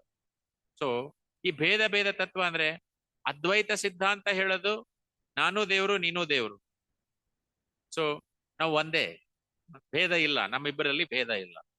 ದ್ವೈತ ಸಿದ್ಧಾಂತ ಹೇಳೋದು ಭಗವಂತ ಬೇರೆ, ನಾನು ಬೇರೆ. ಸೊ ಅವರು ಒಂದೇ ಅಂತ ಹೇಳಿ ಹೇಗೆ ಅದನ್ನ ಸರಿ ಅಂತ ಹೇಳ್ತಾರೆ ಅಂದ್ರೆ, ಈಗ ಅವರು ಈ ತತ್ವ ಹೇಗೆ ಹೇಳ್ತಾರೆ ಅಂದ್ರೆ, ಈಗ ಪ್ರಭು ಅಂದ್ರೆ ಭಗವಂತ ಮತ್ತು ನಾವು ಭಿನ್ನರು. S, correct. ಯಾವ ರೀತಿಯಿಂದ? ಪ್ರಮಾಣದ ರೀತಿಯಿಂದ, ಗುಣದ ರೀತಿಯಿಂದ ಅಲ್ಲ. ಅವ್ರು ಹೇಳ್ತಾರೆ ಸಮುದ್ರದ ಒಂದು ಹನಿನೂ ಒಪ್ಪಿರತ್ತೆ, ಸಮುದ್ರದ ನೀರು ಒಪ್ಪಿರತ್ತೆ. ಸೊ ಭಗವಂತ ಸಮುದ್ರ, ಆದ್ರೆ ನಾವು ಒಂದನಿ. ಗುಣದಲ್ಲಿ ನಾವು ಒಂದು, ಪ್ರಮಾಣದಲ್ಲಿ ಭಿನ್ನ. ಅದನ್ನ ಹೇಳ್ತಾರೆ. ಎರಡನೇದ್ದು ಇನ್ನೊಂದು ಅದ್ವೈತದ್ದು ಅಂದ್ರೆ, ಇದು ಅದ್ವೈತರೇನೇ ಹೇಳಿದ್ದಾರೆ ಬೇರೆ ಬೇರೆ ಅಂತ ಹೇಳಿದ್ದಾರೆ. ಅದಕ್ಕೆ ಇಲ್ಲಿ ಭಗವಂತ ಸಚ್ಚಿದಾನಂದ ಸ್ವರೂಪಿ, ನಾವು ಕೂಡ ಸಚ್ಚಿದಾನಂದ ಸ್ವರೂಪಿಗಳೇ. ಭಗವಂತನಿಗೆ ಜನನ ಮರಣ ಇಲ್ಲ, ನಮಗೂ ಕೂಡ ಜನನ ಮರಣ ಇಲ್ಲ. ನಮಗೆ ಅಂದ್ರೆ ದೇಹಕ್ಕಲ್ಲ ನಾ ಹೇಳೋದು, ಆತ್ಮಕ್ಕೆ ಜನನ ಮರಣ ಇಲ್ಲ. ಅದಕ್ಕೆ ನ ಜಾಯತೆ ಮೃತೇ ವಾ ಕದಾಚಿನ್ ನಾಯಂ ಭೂತ್ವಾ ಭವಿತಾ ನ ಭೂಯಃ. ಭಗವದ್ಗೀತೆಯಲ್ಲಿ ನಾವು ನೋಡಿದ್ದೇವೆ, ಆತ್ಮಕ್ಕೆ ಜನನೂ ಇಲ್ಲ, ಮರಣನೂ ಇಲ್ಲ. ಸೊ ಈ ಅರ್ಥದಲ್ಲಿ ನಾವು ಒಂದೇ, ಆದ್ರೆ ಆಧ್ಯಾತ್ಮಿಕ ಸ್ವರೂಪಿ. ನಾವು ಸಹ ಆಧ್ಯಾತ್ಮಿಕರು, ಅವರು ನಿತ್ಯ, ನಾವು ಸಹ ನಿತ್ಯರು. ಅವರಿಗೆ ಜನನ ಮರಣ ಚಕ್ರ ಇಲ್ಲ, ನಮಗೂ ಕೂಡ ಇಲ್ಲ. ಇಲ್ಲಿ ಆದ್ರೆ ನಾವು ಭೌತಿಕ ಲೋಕದಲ್ಲಿ ಬಂಧನದಲ್ಲಿದ್ದೇವೆ ಅಷ್ಟೇ. ಸೊ ಗುಣದ ದೃಷ್ಟಿಯಿಂದ ನಾವು ಒಂದೇ, ಆಧ್ಯಾತ್ಮಿಕ ಅಸ್ತಿತ್ವಗಳು. ಸೊ ಅದಕ್ಕೆ ಅವ್ರ ಎಕ್ಸಾಂಪಲ್ ಕೊಟ್ಟು ಹೇಳ್ತಾರೆ. ಅದರಿಂದ ಗುಣಾತ್ಮಕವಾಗಿ ಒಂದೇ, ಪ್ರಮಾಣಾತ್ಮಕವಾಗಿ ನಾವು ಭಿನ್ನರು. ಈ ಭೇದ ವಾಕ್ಯ, ಅಭೇದ ವಾಕ್ಯ ಎರಡು, ಅದಕ್ಕೆ ಒಂದು ಪದವನ್ನ ಸೇರಿಸ್ತಾರೆ, ಅಚಿಂತ್ಯ ಅನ್ನುವಂಥ ಪದವನ್ನ. ಅಚಿಂತ್ಯ ಅಂದ್ರೆ ಇನ್ಕನ್ಸೀವೇಬಲ್, ಅಂದ್ರೆ ನಮಗೆ, ನಮ್ಮ ಬುದ್ಧಿಶಕ್ತಿಗೆ ಮೀರಿದ್ದು ಅಂತ. ಎಷ್ಟೋ ಅಚಿಂತ್ಯವಾದಂಥ ಇನ್ಕನ್ಸೀವೇಬಲ್ ಲೀಲೆಗಳನ್ನ ಭಗವಂತ ಮಾಡಿದ. ನೋಡಿ, ಈ ಪೂತನೆಯನ್ನ ಕೊಂದ, ಅವನು 1 ತಿಂಗಳು ಕೂಸು ಕೃಷ್ಣ. ಅವಳು ಬೆಟ್ಟದಷ್ಟು ದೊಡ್ಡವಳು, ಅವಳ ಪ್ರಾಣವನ್ನೇ ಹೀರಿಬಿಟ್ಟ, ಸ್ತನಗಳಿಂದ ಪ್ರಾಣವನ್ನ ಹೀರಿದ. ಅವಳು ಹಾಲು ಕೊಡಕ್ ಬಂದಿದ್ಲು. ಅವಳಿಗೆ ಯಶೋಧೆಯ ಒಂದು ಮುಕ್ತಿಯನ್ನ, ಯಶೋಧೆಗೆ ಯಾವ ರೀತಿ ಮುಕ್ತಿ ಕೊಡ್ತೀನಿ ಆ ಮುಕ್ತಿಯನ್ನ ಕೊಟ್ಟ. ಅವಳ ದೇಹವನ್ನ ಸುಟ್ಟಾಗ ಕೃಷ್ಣ ಅವಳ ಎದೆಯ ಮೇಲೆ ಕುಳಿತಿದ್ದ. ಅದಕ್ಕೆ ಅವಳ ದೇಹ ಕೂಡ ಸುಗಂಧದಿಂದ ಆ ದೇಹವನ್ನ ಪೀಸ್ ಮಾಡಿ ಸುಟ್ರಂತೆ. ಸುಟ್ಟಾಗ ಅದರಿಂದ ಸುಗಂಧದ ವಾಸನೆ ಬರ್ತಾ ಇತ್ತಂತೆ ಅಂತ ಶಾಸ್ತ್ರಗಳಲ್ಲಿ ಹೇಳ್ತಾರೆ. ಅದಕ್ಕೆ ನಿನ್ನೆ ಕೂಡ ಪ್ರಭು ಡಿಸ್ಕಸ್ ಮಾಡಿದ್ರು 11ನೆಯ ಸ್ಕಂದದ ಒಂದು ವರ್ಸನ್ನ. ಕೃಷ್ಣವರ್ಣಂ ತುಷಾ ಕೃಷ್ಣಂ ಸಾಂಗೋಪಾಂಗಸ್ತ ಪಾರ್ಷದಂ ಯಜ್ಞೈ ಸಂಕೀರ್ತನ ಪ್ರಾಯೇ ಯಜಂತಿ ಸುಮೇಧಸ. ಎಷ್ಟೋ ವರ್ಷಗಳ ಹಿಂದೆ ಭಾಗವತಂ ಬಂದದ್ದು, ಅದರಲ್ಲಿ ವರ್ಣನೆ ಇದೆ. ಕೃಷ್ಣ ನಾಮವನ್ನ ಸತತವಾಗಿ ಹಾಡುವಂತಹ ಪ್ರಭುವಿನ ಅವತಾರವನ್ನ ಕಲಿಯುಗದಲ್ಲಿ ನಾವು ನೋಡ್ತಾ ಇದ್ದೇವೆ. ಮಂತ್ರ ಪಠಣವನ್ನ ನಡೆಸ್ತಾರೆ ಅವರು. ಆತನ ಶರೀರ ಕಪ್ಪ ಅಲ್ಲದಿದ್ರು ಕೃಷ್ಣವರ್ಣಂ ದ್ವಿಷಾ ಕೃಷ್ಣಂ ಅಕೃಷ್ಣಂ ಅಂತ ಹೇಳ್ತಾರೆ ಅಲ್ಲಿ. ಶರೀರ ಕಪ್ಪ ಅಲ್ದಿದ್ರು ಕೂಡ ಆತ ಸ್ವಯಂ ಕೃಷ್ಣನೇ. ಆತ ತನ್ನ ಸಹಚರರ ಜೊತೆ ಅವತಾರ ಮಾಡ್ತಾನೆ ಅನ್ನೋದನ್ನ ಹೇಳ್ತಾರೆ. ಅದಕ್ಕೆ ಕಲಿಯುಗದಲ್ಲಿ ಈ ಒಂದು ಅವತಾರದ ಸ್ಥಾನವನ್ನ ಸ್ವೀಕರಿಸಿ ಹರೇ ಕೃಷ್ಣ ಮಹಾಮಂತ್ರದ ಜಪದ ಮಹಿಮೆಯನ್ನ ಪ್ರಸಾರ ಮಾಡ್ಲಿಕ್ಕೆ ಬಂದಿದ್ದಾರೆ. ಇದೊಂದು ಮುಖ್ಯ ಅಂಶ. ಕೃಷ್ಣ ಪ್ರತಿಯೊಂದು ಕಲಿಯುಗದಲ್ಲಿಯೂ ಕೂಡ ಚೈತನ್ಯ ಮಹಾಪ್ರಭುವಾಗಿ ಅವತಾರ ಮಾಡೋದಿಲ್ಲ. ಕೃಷ್ಣ ಪ್ರತಿಯೊಂದು ದ್ವಾಪರ ಯುಗದಲ್ಲಿ ಅವತಾರ ಮಾಡೋದಿಲ್ಲ. ಪ್ರತಿಯೊಂದು ಸತ್ಯಯುಗದಲ್ಲಿ, ಪ್ರತಿಯೊಂದು ತ್ರೇತಾಯುಗದಲ್ಲಿ, ಪ್ರತಿಯೊಂದು ದ್ವಾಪರ ಯುಗದಲ್ಲಿ, ಕಲಿಯುಗದಲ್ಲಿ ಒಬ್ಬ ಯುಗ ಅವತಾರ ಬರ್ತಾನೆ ಅಷ್ಟೇ. ಆದ್ರೆ ಒಂದು ಬ್ರಹ್ಮನ ದಿನದಲ್ಲಿ, ಅಂದ್ರೆ ಸುಮಾರು 4 ಮಿಲಿಯನ್, 1 ಮಿಲಿಯನ್ ಅಂದ್ರೆ 10 ಲಕ್ಷ. ಸೊ 4 ಮಿಲಿಯನ್ 3 ಲಕ್ಷ ವರ್ಷಗಳ ಅವಧಿಯಲ್ಲಿ ಒಂದೇ ಬಾರಿ ದ್ವಾಪರ ಯುಗದಲ್ಲಿ ಕೃಷ್ಣ ಅವತಾರ ಮಾಡ್ತಾನೆ. ಅದೇ ಒಂದೇ ಬಾರಿ ಚೈತನ್ಯ ಮಹಾಪ್ರಭುಗಳು ಅವತಾರ ಮಾಡ್ತಾರೆ. ಅಂದ್ರೆ ನಾವು ಎಷ್ಟು ಭಾಗ್ಯಗರು. ಸೊ ಅದಕ್ಕೆ ಇದನ್ನ ಊಹೆ ಮಾಡ್ಬೇಕು ನಾವು. ಚೈತನ್ಯರು ಪ್ರತ್ಯಕ್ಷವಾಗಿದ್ದಾಗ ಒಂದು ಭವಿಷ್ಯವಾಣಿಯನ್ನ ನುಡಿತಾರೆ ಅವರು. ಪೃಥ್ವೀಚೆ ಆಚೆ ಯಥ ನಗರಾದಿ ಗ್ರಾಮ ಸರ್ವತ್ರ ಪ್ರಚಾರ ಹೈವೇ ಮೋರನ. ಅಂದ್ರೆ ಈ ಒಂದು ಸಂಕೀರ್ತನ ಯಜ್ಞ ಭೂಮಿಯ ಮೇಲೆ ಇರ್ತಕ್ಕಂಥ ಪ್ರತಿಯೊಂದು ಪಟ್ಟಣ ಮತ್ತು ಗ್ರಾಮಗಳಲ್ಲಿ ನನ್ನ ನಾಮ, ಕೃಷ್ಣನ ನಾಮ ಪ್ರಸಾರವಾಗುತ್ತದೆ, ಕೀರ್ತಿಸಲ್ಪಡುತ್ತೆ ಅನ್ನುವಂಥ ಮಾತನ್ನ ಹೇಳ್ತಾರೆ. ಆ ಭವಿಷ್ಯವಾಣಿ ಕೆಲವೊಬ್ಬರಿಗೆ ಅಸಾಧ್ಯ ಅನಿಸಿತ್ತು. ಯಾಕಂದ್ರೆ ಚೈತನ್ಯ ಮಹಾಪ್ರಭುಗಳು ಭಾರತದಲ್ಲಿದ್ರು, ಕೃಷ್ಣ ಚೈತನ್ಯವನ್ನ ಭಾರತದಲ್ಲಿ ಹರಡಿದ್ರು. ಆದ್ರೆ ಕೃಷ್ಣನ ಪ್ರಜ್ಞೆಯನ್ನ ಈ ಜಗತ್ತಿನಾದ್ಯಂತ ಹರಡುದು ಕೆಲವು ಜನಕ್ಕೆ ಅಸಾಧ್ಯ ಅಂತ ಅನಿಸ್ತು. ಯಾಕಂದ್ರೆ ಅವರು ಅವಾಗೆಲ್ಲ ಇಷ್ಟು ಫೆಸಿಲಿಟೀಸ್ ಇರಲಿಲ್ಲ. ಜನ ವ್ಯಾಪಾರ ಮಾಡಕ್ಕೆ ಅಂತೇಳಿ ಎಷ್ಟೋ ದಿನಗಟ್ಲೆ ಹಡಗ್ನಲ್ಲಿ ಬಂದು ಭಾರತಕ್ಕೆ ವ್ಯಾಪಾರ ಮಾಡ್ತಾ ಇದ್ರು. ಇದೆಲ್ಲ ನೀವು ಕೇಳಿದೀರ. ಸೊ ಅಂತದ್ರಲ್ಲಿ ಜಗತ್ತಿನಲ್ಲಿ ಈ ನಾಮ ಪಸರಿಸುತ್ತೆ ಅಂದ್ರೆ ಹೇಗೆ? ಆವಾಗ ಹೇಳ್ತಾರೆ ಅವರು, ನಿಜವಾಗಿಯೂ ಇದು ನಡೀತಾ ಇದೆ. ಅವರು ಹೇಳ್ತಾರೆ, ಒಬ್ಬ ಭಕ್ತ ಚೈತನ್ಯ ಮಹಾಪ್ರಭುಗಳನ್ನ ಕೇಳ್ತಾನೆ, ಸಂಕೀರ್ತನ ಚಳವಳಿ ಜಗತ್ತಿನ ಪ್ರತಿಯೊಂದು ಪಟ್ಟಣ ಗ್ರಾಮಕ್ಕೆ ಹೇಗೆ ಹರಡುತ್ತೆ? ಆಗ ಅವ್ರು ಉತ್ತರಿಸ್ತಾರೆ, ನಾನು ನನ್ನ ಸೇನಾಪತಿ ಭಕ್ತನನ್ನ ಈ ಕಾರ್ಯಕ್ಕಾಗಿ ಕಳಿಸ್ತಾ ಇದ್ದೇನೆ. ಸೇನಾಪತಿ ಅಂದ್ರೆ ಸೇನಾ ನಾಯಕ ಅಥವಾ ಮುಖ್ಯ ಸೇನಾಧಿಪತಿ. ಅತ್ಯಂತ ವಿಶಿಷ್ಟ ಆತ್ಮನೊಬ್ಬನಿಗೆ ಈ ಅಸಾಧ್ಯ ಕಾರ್ಯವನ್ನ ವಹಿಸಲಾಗತ್ತೆ. ಯಾರವರು? ಶ್ರೀಲ ಪ್ರಭುಪಾದ ಕಿ. ಸೊ ಅವರ ದಿವ್ಯ ಕೃಪೆ ಎಸಿ ಭಕ್ತಿ ವೇದಾಂತ ಸ್ವಾಮಿ ಪ್ರಭುಪಾದರು. ನಮ್ಮಲ್ಲಿ ಅನೇಕರು ಕೂಡ ಇವತ್ತಿನ ದಿವಸ ಅವರು ಯಾವಾಗ ಜೀವಿತ ಅವಧಿಯಲ್ಲಿ ಇದ್ರು ಕೂಡ ನಾವಿದ್ವಿ. ಅವರು 1977 1977ರಲ್ಲಿ ಅವರು ಈ ಲೋಕವನ್ನ ತ್ಯಜಿಸ್ತಾರೆ. ಎಷ್ಟೋ ಜನ ಇವತ್ತಿನ ದಿವಸ 77 ನಲ್ಲಿ ಇದ್ರಿ, ಕೆಲವು ಜನ ಹುಟ್ಟಿದ್ರಿ, ಕೆಲವು ಜನ ಇನ್ನು ಚಿಕ್ಕ ವಯಸ್ಸಲ್ಲಿದ್ರಿ. ಸೊ ಸುಮಾರು 48 ವರ್ಷಗಳ ಹಿಂದೆ ಆ ಕಾಲಘಟ್ಟದಲ್ಲಿ ಭೂಮಿ ಮೇಲೆ ಇದ್ದವರು. ಸೊ ಅದಕ್ಕೆ ಅವರು ಚೈತನ್ಯ ಮಹಾಪ್ರಭುವಿನಿಂದ ಸ್ವತಃ ಕಳಿಸಲ್ಪಟ್ಟಂತಹ ಸೇನಾ ನಾಯಕರು. ಅವರೇ ಸ್ಥಾಪಿಸಿದಂತಹ ಒಂದು ಸಂಘದಲ್ಲಿ ಇವತ್ತಿನ ದಿವಸ ನಾವು ಕುಳಿತುಕೊಂಡು ಚೈತನ್ಯ ಮಹಾಪ್ರಭುವಿನ ಲೀಲೆಗಳನ್ನ ಅವರ ಶಿಷ್ಯರು ಈ ಒಂದು ದೇವಸ್ಥಾನಕ್ಕೆ ಅಡಿಪಾಯ ಇಟ್ಟವರು, ಈ ದೇವಸ್ಥಾನವನ್ನ ಆರಂಭ ಮಾಡಿದವರು, ಓಪನಿಂಗ್ ಮಾಡಿದವರು ಕೂಡ ನಾವು ನೋಡಿದ್ದೇವೆ. ಹಿಸ್ ಹೋಲಿನೆಸ್ ಜಯಪತಾಕ ಸ್ವಾಮಿ ಮಹಾರಾಜ್. ಸೊ ಅವರ ಅದ್ಭುತವಾದಂತಹ ಅವರ ಶಿಷ್ಯರು ಮಾಡಿದಂತಹ ದೇವಾಲಯದಲ್ಲಿ ನಾವು ಕುಳಿತು ಇವತ್ತು ಕೇಳ್ತಾ ಇದ್ದೀವಿ ಅಂದ್ರೆ ಎಂತ ಅದ್ಭುತ ನೋಡ್ರಿ. ಎಷ್ಟೋ ಸಾವಿರಾರು ದೇವಸ್ಥಾನಗಳಿದೆ, ಸಾವಿರಾರು ಇವತ್ತಿನ ದಿವಸ ಜಗತ್ತಿನಲ್ಲಿ ನಾವು ನೋಡ್ತಾ ಇದ್ದೇವೆ. ಸೊ ಅದಕ್ಕೆ ಈ ಒಂದು ಆ ಈ ಭಾಗ್ಯಶಾಲಿಗಳೆಂಬುದನ್ನು ಅರಿತುಕೊಂಡು ಅದನ್ನ ಸದುಪಯೋಗ ಪಡಿಸ್ಕೋಬೇಕು ನಾವೆಲ್ಲರೂ ಕೂಡ. ಸೊ ಹೇಗೆ ಸದುಪಯೋಗಗೊಳಿಸ್ಬೇಕು ಅಂತಂದ್ರೆ ಆ ಚೈತನ್ಯ ಮಹಾಪ್ರಭುಗಳು ಹಾಕಿಕೊಟ್ಟಂತ, ಶಿಲ ಪ್ರಭುಪಾದರು ಹಾಕಿದಂತ ಮಾರ್ಗದರ್ಶನದಲ್ಲಿ ನಾವು ಮುಂದುವರಿಬೇಕು. ಅವ್ರು ಹೇಳ್ತಾರೆ, ನಾನು ಭಕ್ತನ ಪಾತ್ರವನ್ನ ಸ್ವೀಕರಿಸ್ತೇನೆ, ನಾನು ಸ್ವತಃ ಆಚರಿಸ್ತೀನಿ ಅಂತ ಹೇಳ್ತಾರೆ. ಅದನ್ನೇ ನಾವು ಮಾಡಬೇಕು. ಅದರಿಂದ ಪ್ರಭು ಕಲಿಯುಗದ ಅವತಾರದ ಸ್ಥಾನವನ್ನ ಸ್ವೀಕಾರ ಮಾಡಿದ್ರು. ಹರೇ ಕೃಷ್ಣ ಮಂತ್ರವನ್ನ, ಯಾವುದು ಮಂತ್ರ?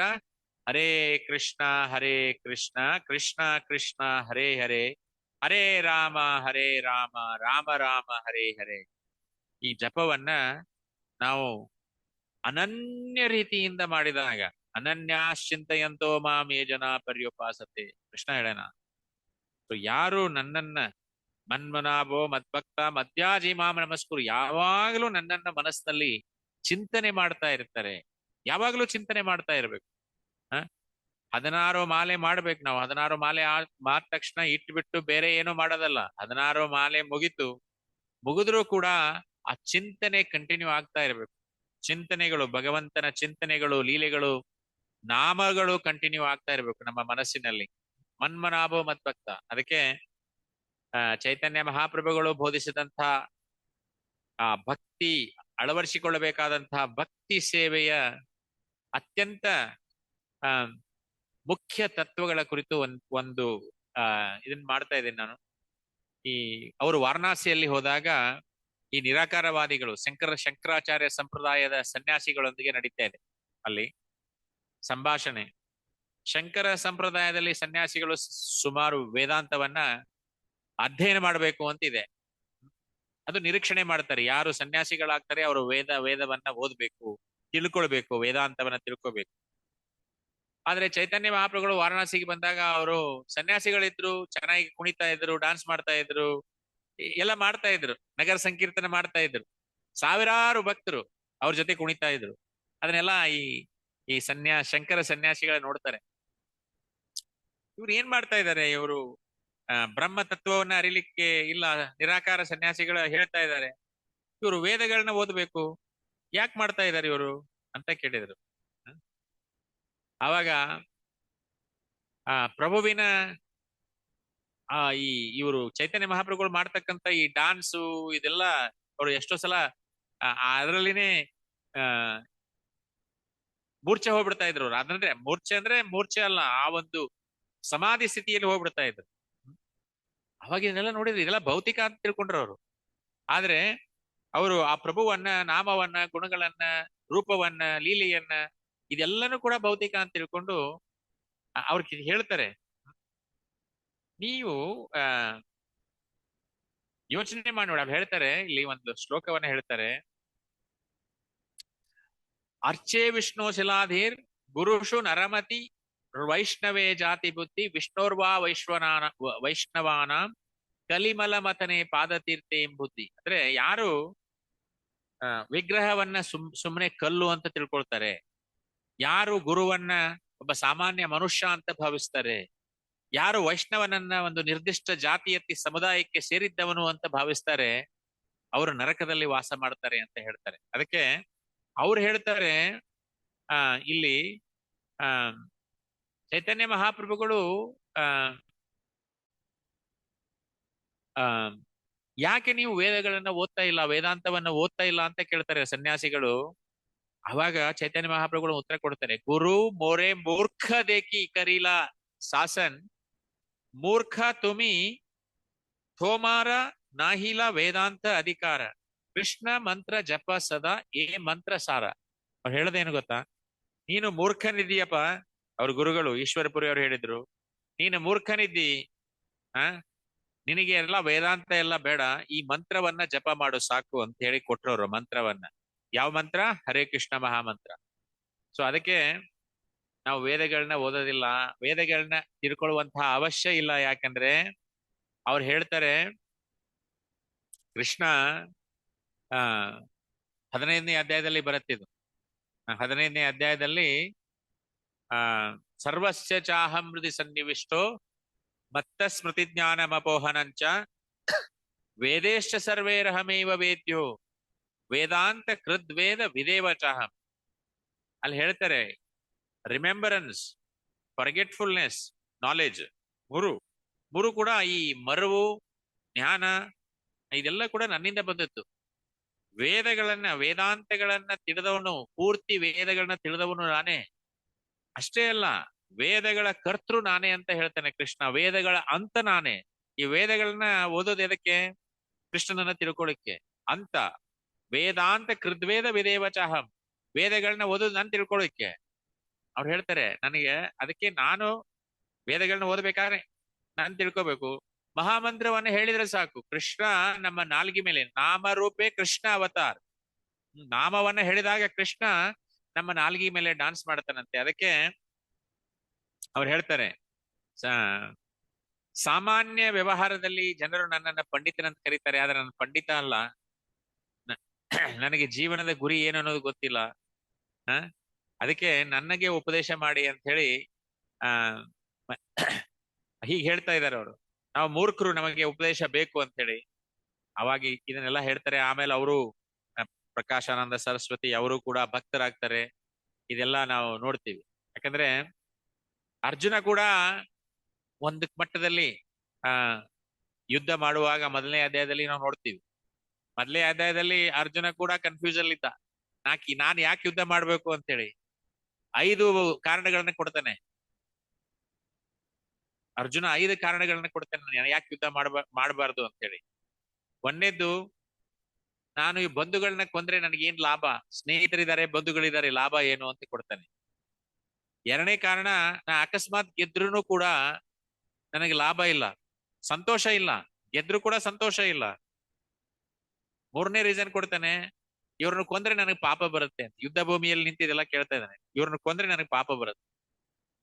ನಾಲ್ಕನೇದ್ದು, ಈ ಕುಟುಂಬದ ಪರಂಪರೆಯನ್ನ ನಾಶ ಮಾಡ್ತಾ ಇದ್ದೀನಿ. ಯಾಕಂದ್ರೆ ಮಹಿಳೆಯರಿಗೆ ರಕ್ಷಣೆ ಬೇಕು. ಇವರು ಈ ಯುದ್ಧದಲ್ಲಿ ಸೈನಿಕರೆಲ್ಲ ಇದ್ದಾರೆ, ಸೈನಿಕರೆಲ್ಲ ಸತ್ತು ಬಿಟ್ರೆ ಇವರು ವಿಧವೆಯರಾಗ್ತಾರೆ. ವಿಧವೆಯರಾದ್ರೆ ಯಾವಾಗ್ಲೂ ಮಹಿಳೆಯರಿಗೆ ಗಂಡನ ರಕ್ಷಣೆ ಬೇಕು. ಮದುವೆ ಆದ್ಮೇಲೆ, ಮದುವೆ ಆಗೋಕ್ಕಿಂತ ಮುಂಚೆ ತಂದೆಯ ರಕ್ಷಣೆಯಲ್ಲಿ ಇರ್ಬೇಕು. ಸೊ ಮದುವೆ ಆಗಿದೆ, ಇವರು ವಿಧವೆಯರಾಗ್ತಾರೆ, ರಕ್ಷಣೆ ಇಲ್ಲದೆ ಸುಮ್ಮನೆ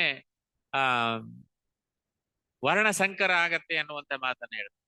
ಆಮೇಲೆ 2ನೇ ಅಧ್ಯಾಯದಲ್ಲಿ ಬಿಗಿನಿಂಗ್, ನನಗೆ ಇನ್ಡಿಸಿಷನ್ ಅಂದ್ರೆ ನನಗೆ ನಿರ್ಧಾರ ಮಾಡಕ್ ಆಗ್ತಾ ಇಲ್ಲ ಅನ್ನುವಂತ ಮಾತನ್ನ ಹೇಳಿ ಅವನು ಹೇಳ್ತಾನೆ, ಕಾರ್ಪಣ್ಯ ದೋಷೋ ಪ್ರಹತ ಸ್ವಭಾವ ಪೃಚ್ಛಾಮಿತ್ವಾಂ ಧರ್ಮ ಸಮ್ಮೂಢ ಚೇತಾಂ ಯಶ್ರೇಯಶ್ರಾನಿಶಿತಂ ಭೂಮಿ ತನ್ಮೇ ಶಿಷ್ಯಾಸ್ತೇಹಂ ಸ್ವಾದಿಮಾಂ ತ್ವಾಂ ಪ್ರಪನ್ನ.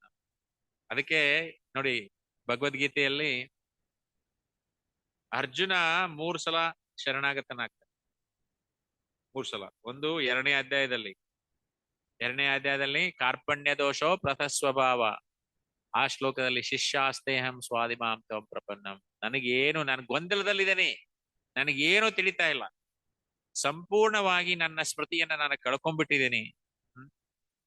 ಇಂತಹ ಸ್ಥಿತಿಯಲ್ಲಿ ನನಗೆ ಏನ್ ಮಾಡ್ಬೇಕು ಅಂತ ಗೊತ್ತಿಲ್ಲ.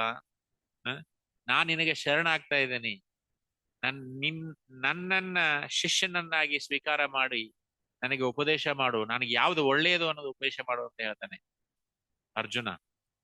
ಸೊ ನಮಗೆ ಯಾವಾಗ ಈ ತರ ಪರಿಸ್ಥಿತಿಗಳು ನಮಗೆ ದಿವಸ ಬರುತ್ತೆ, ನಮ್ಮ ಜೀವನದಲ್ಲಿ, ಭೌತಿಕ ಜೀವನದಲ್ಲಿ ನಮಗೆ ಈ ತರ ದಿವಸ ಬರುತ್ತೆ.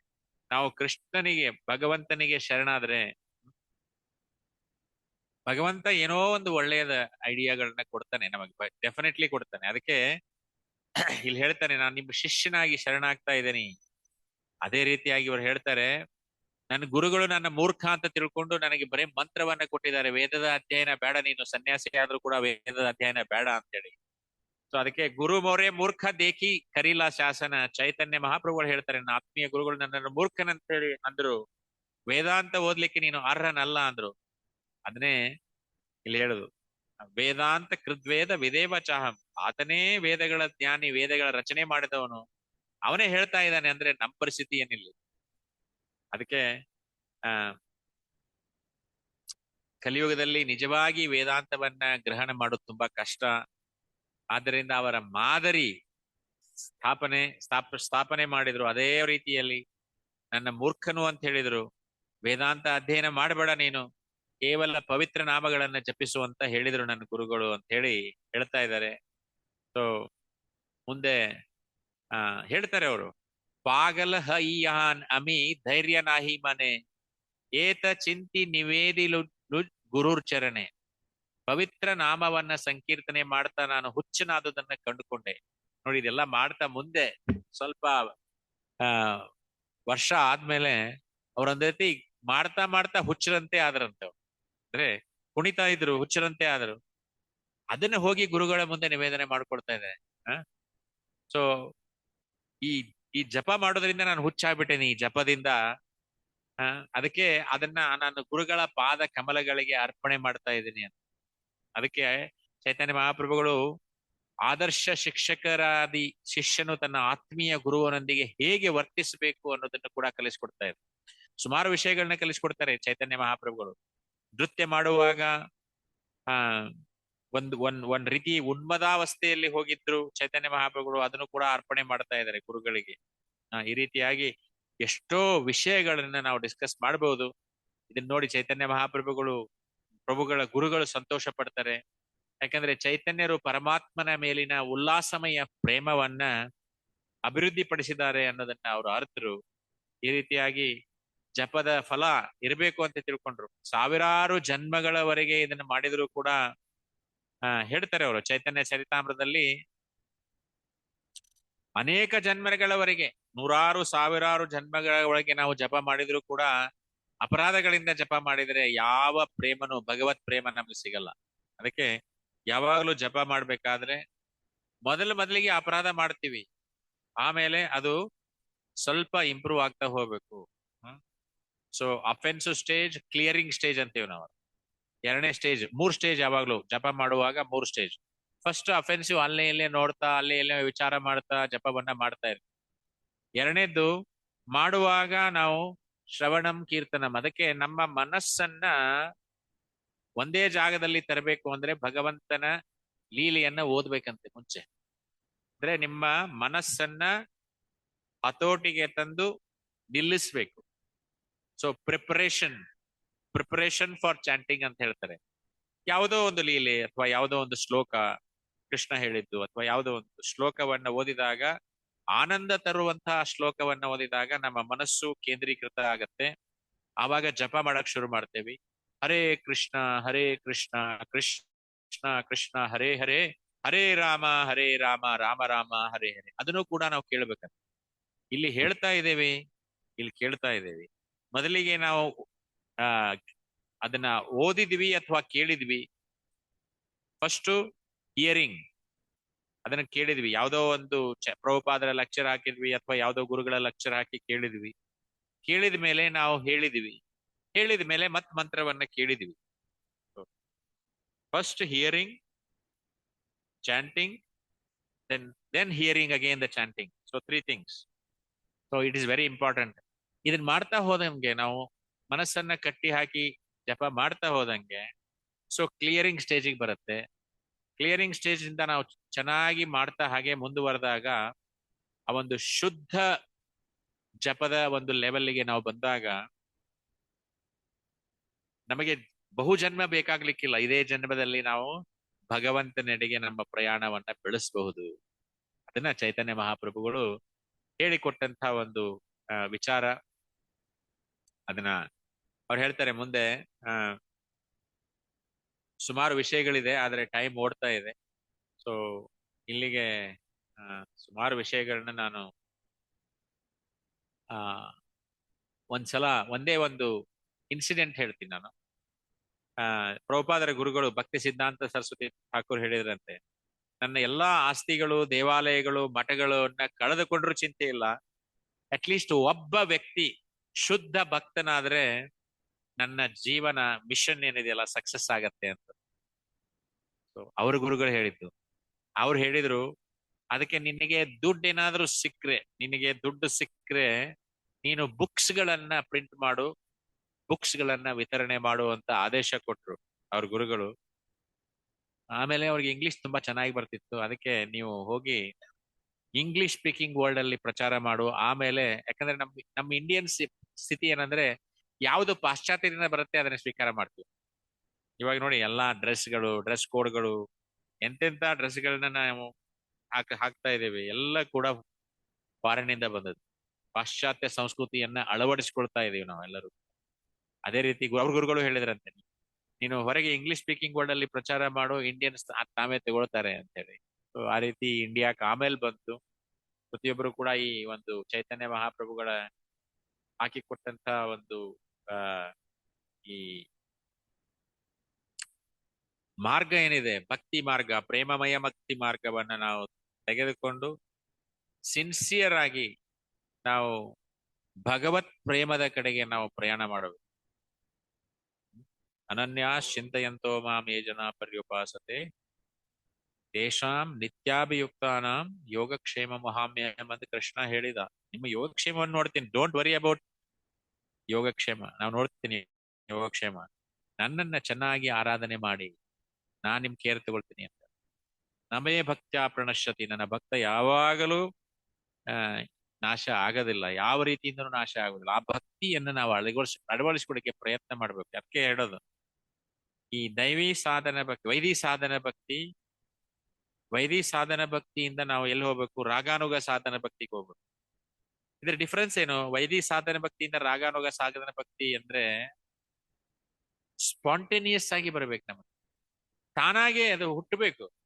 ನಾವು ಮಾಡ್ತಾ ಮಾಡ್ತಾ ಹೋದಂಗೆ ನಾವು ಭಗವಂತನ ಮೇಲೆ ಆ ಒಂದು ಪ್ರೇಮ ಹುಟ್ಟಬೇಕು, ಮಾಡಬೇಕು ನಾನು ಅನ್ನುವಂತ ಭಾವ ಬರಬೇಕು. ಆ ರಾಗಾನುಗ ಭಕ್ತಿಯಿಂದ, ರಾಗಾನುಗ ಸಾಧನ ಭಕ್ತಿಯಿಂದ ನಾವು ಭಾವ ಭಕ್ತಿಯಿಂದ ಪ್ರೇಮ ಭಕ್ತಿ. ಸೊ ಭಾವ ಅಂದ್ರೆ ಎಕ್ಸ್ಟಸಿ, ಅಂದ್ರೆ ಆ ಕೀರ್ತನೆ ಕೇಳಿದ ತಕ್ಷಣನೇ ಆ ಒಂದು ಕುಣಿಯುವಂತ ಒಂದು ಎಕ್ಸ್ಟಸಿ ಬರುತ್ತೆ, ಆ ಭಾವ. ಪ್ರೇಮ ಅಂದ್ರೆ ಭಗವಂತ ಎಲ್ಲಿ ನೋಡಿದ್ರು ಕೂಡ, ಯಾವ ಶಕ್ತಿಯನ್ನು ನೋಡಿದ್ರು ಕೂಡ ಭಗವಂತನಿಗೆ ಹೋಲಿಸಿ, ಭಗವಂತನ ಶಕ್ತಿ, ಭಗವಂತ ಕೊಟ್ಟದ್ದು ಪ್ರತಿಯೊಂದು ಭಗವಂತನಿಂದ ಬಂದದ್ದು, ಭಗವಂತ ಎಲ್ಲ ಕಡೆ ಇದ್ದಾನೆ ಅನ್ನುವಂತ ಭಾವದಿಂದ ನಾವು ಇರ್ತೀವಲ್ಲ, ಅದು ಪ್ರೇಮ. ಸೊ ಅದಕ್ಕೆ ಆ ಒಂದು ಭಕ್ತಿಗೆ ನಾವು ಆಸೆ ಮಾಡೋಣ, ಅದಕ್ಕೆ ಪ್ರಯತ್ನ ಮಾಡೋಣ. ಅಷ್ಟು ಎಲ್ಲರೂ ಕೂಡ ಪ್ರಯತ್ನ ಮಾಡಿ ನಮ್ಮ ಜೀವನವನ್ನ ಯಶಸ್ಸುಗೊಳಿಸೋಣ. ಯಶಸ್ಸಾಗ್ಬೇಕು. ಇದೇ ನಮ್ಮ ಜೀವನ ಕಡೆದಾಗಬೇಕು ಅಂತಂದ್ರೆ, ನಮ್ಮ ಜೀವನವನ್ನ ಸಾರ್ಥಕ ಮಾಡ್ಕೋಬೇಕು ಅಂತಂದ್ರೆ ಶುದ್ಧ ಭಕ್ತಿಯನ್ನ ನಾವು ಮಾಡೋಣ.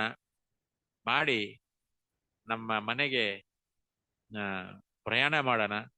ಇಲ್ಲಂದ್ರೂ ಕೂಡ ಏನ್ ಲಾಭ ಇಲ್ಲ ಅಂತಿಲ್ಲ, ಭಗವಂತ ಹೇಳಿದಾನೆ ಲಾಭ ಇದೆ. ಸ್ವಲ್ಪಮಪ್ಯಸ್ಯ ಧರ್ಮಸ್ಯ ತ್ರಾಯತೆ ಮಹತೋ ಭಯ. ಸ್ವಲ್ಪ ಮಾಡಿದ್ರು ಕೂಡ ಅಟ್ಲೀಸ್ಟ್ ನಿಮ್ಮ ಒಳ್ಳೆಯ ಭಕ್ತರ ಮನೆಯಲ್ಲಿ ನಿಮ್ಮನ್ನ ಹುಟ್ಟಿಸ್ತೀನಿ ಅಂತ ಭಗವಂತ ಅದನ್ನೂ ಗ್ಯಾರಂಟಿ ಕೊಟ್ಟಿದ್ದಾನೆ. ಇನ್ನೂ ಗ್ಯಾರಂಟಿ ಕೊಟ್ಟಿದ್ದಾನೆ. ನೀವು ಮಾಡ್ತಾ ಮಾಡ್ತಾ ಕೆಲವೊಂದ್ಸಲ ನಾವು ಕೃಷ್ಣ ಅಂತ ಬಂದ್ಬಿಟ್ರೆ ಸಾಕು, ಸಾಯುವಾಗ ಅಂತ್ಯಕಾಲೇ ಚಮಾಮೇವ ಸ್ಮರನ್ ಮುಕ್ತ ಕಲೇವರಂ. ಆ ಕೃಷ್ಣ ಮಾಡ್ತಾ ಮಾಡ್ತಾ ಕೃಷ್ಣ ಅಂತ ಬಂದ್ರೆ ಬಾಯಲ್ಲಿ ನಮ್ಮ ಜೀವ ಹೋಗುವಾಗ ಕೃಷ್ಣನ ಲೋಕ ನಮಗೆ ಸಿಗತ್ತೆ, ಸಾಕು ನಮಗೆ.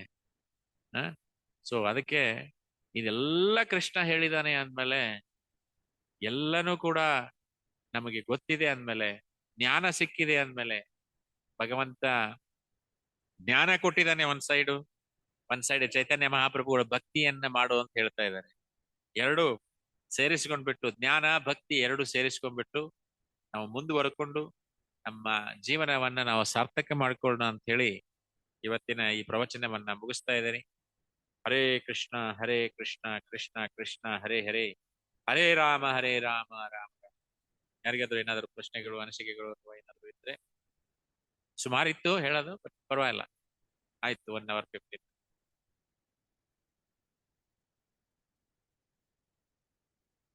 ವಿಶಿಷ್ಟ ಅದ್ವೈತ ಅಂತಂದ್ರೆ ರಾಮಾನುಜ ಸಂಪ್ರದಾಯದವರು ಮಾಡಿದ್ರು. ವಿಶಿಷ್ಟ ನನಗೆ 100% ಗೊತ್ತಿಲ್ಲ ಪ್ರಭು, ಅದನ್ನ ನನಗೆ ಮತ್ತೆ ಸುಮ್ಮನೆ ಅದೇ ಹೇಳಿದ್ರೆ ಆಗುತ್ತೆ. ವಿಶಿಷ್ಟ ಅದ್ವೈತದ ಒಂದು ಫಿಲಾಸಫಿ ನನಗೆ ಪೂರ್ತಿ ಗೊತ್ತಿಲ್ಲ, ಬಟ್ ನಾನು ಕೇಳ್ಕೊಂಡ್ಬಂದು ಹೇಳ್ತೀನಿ.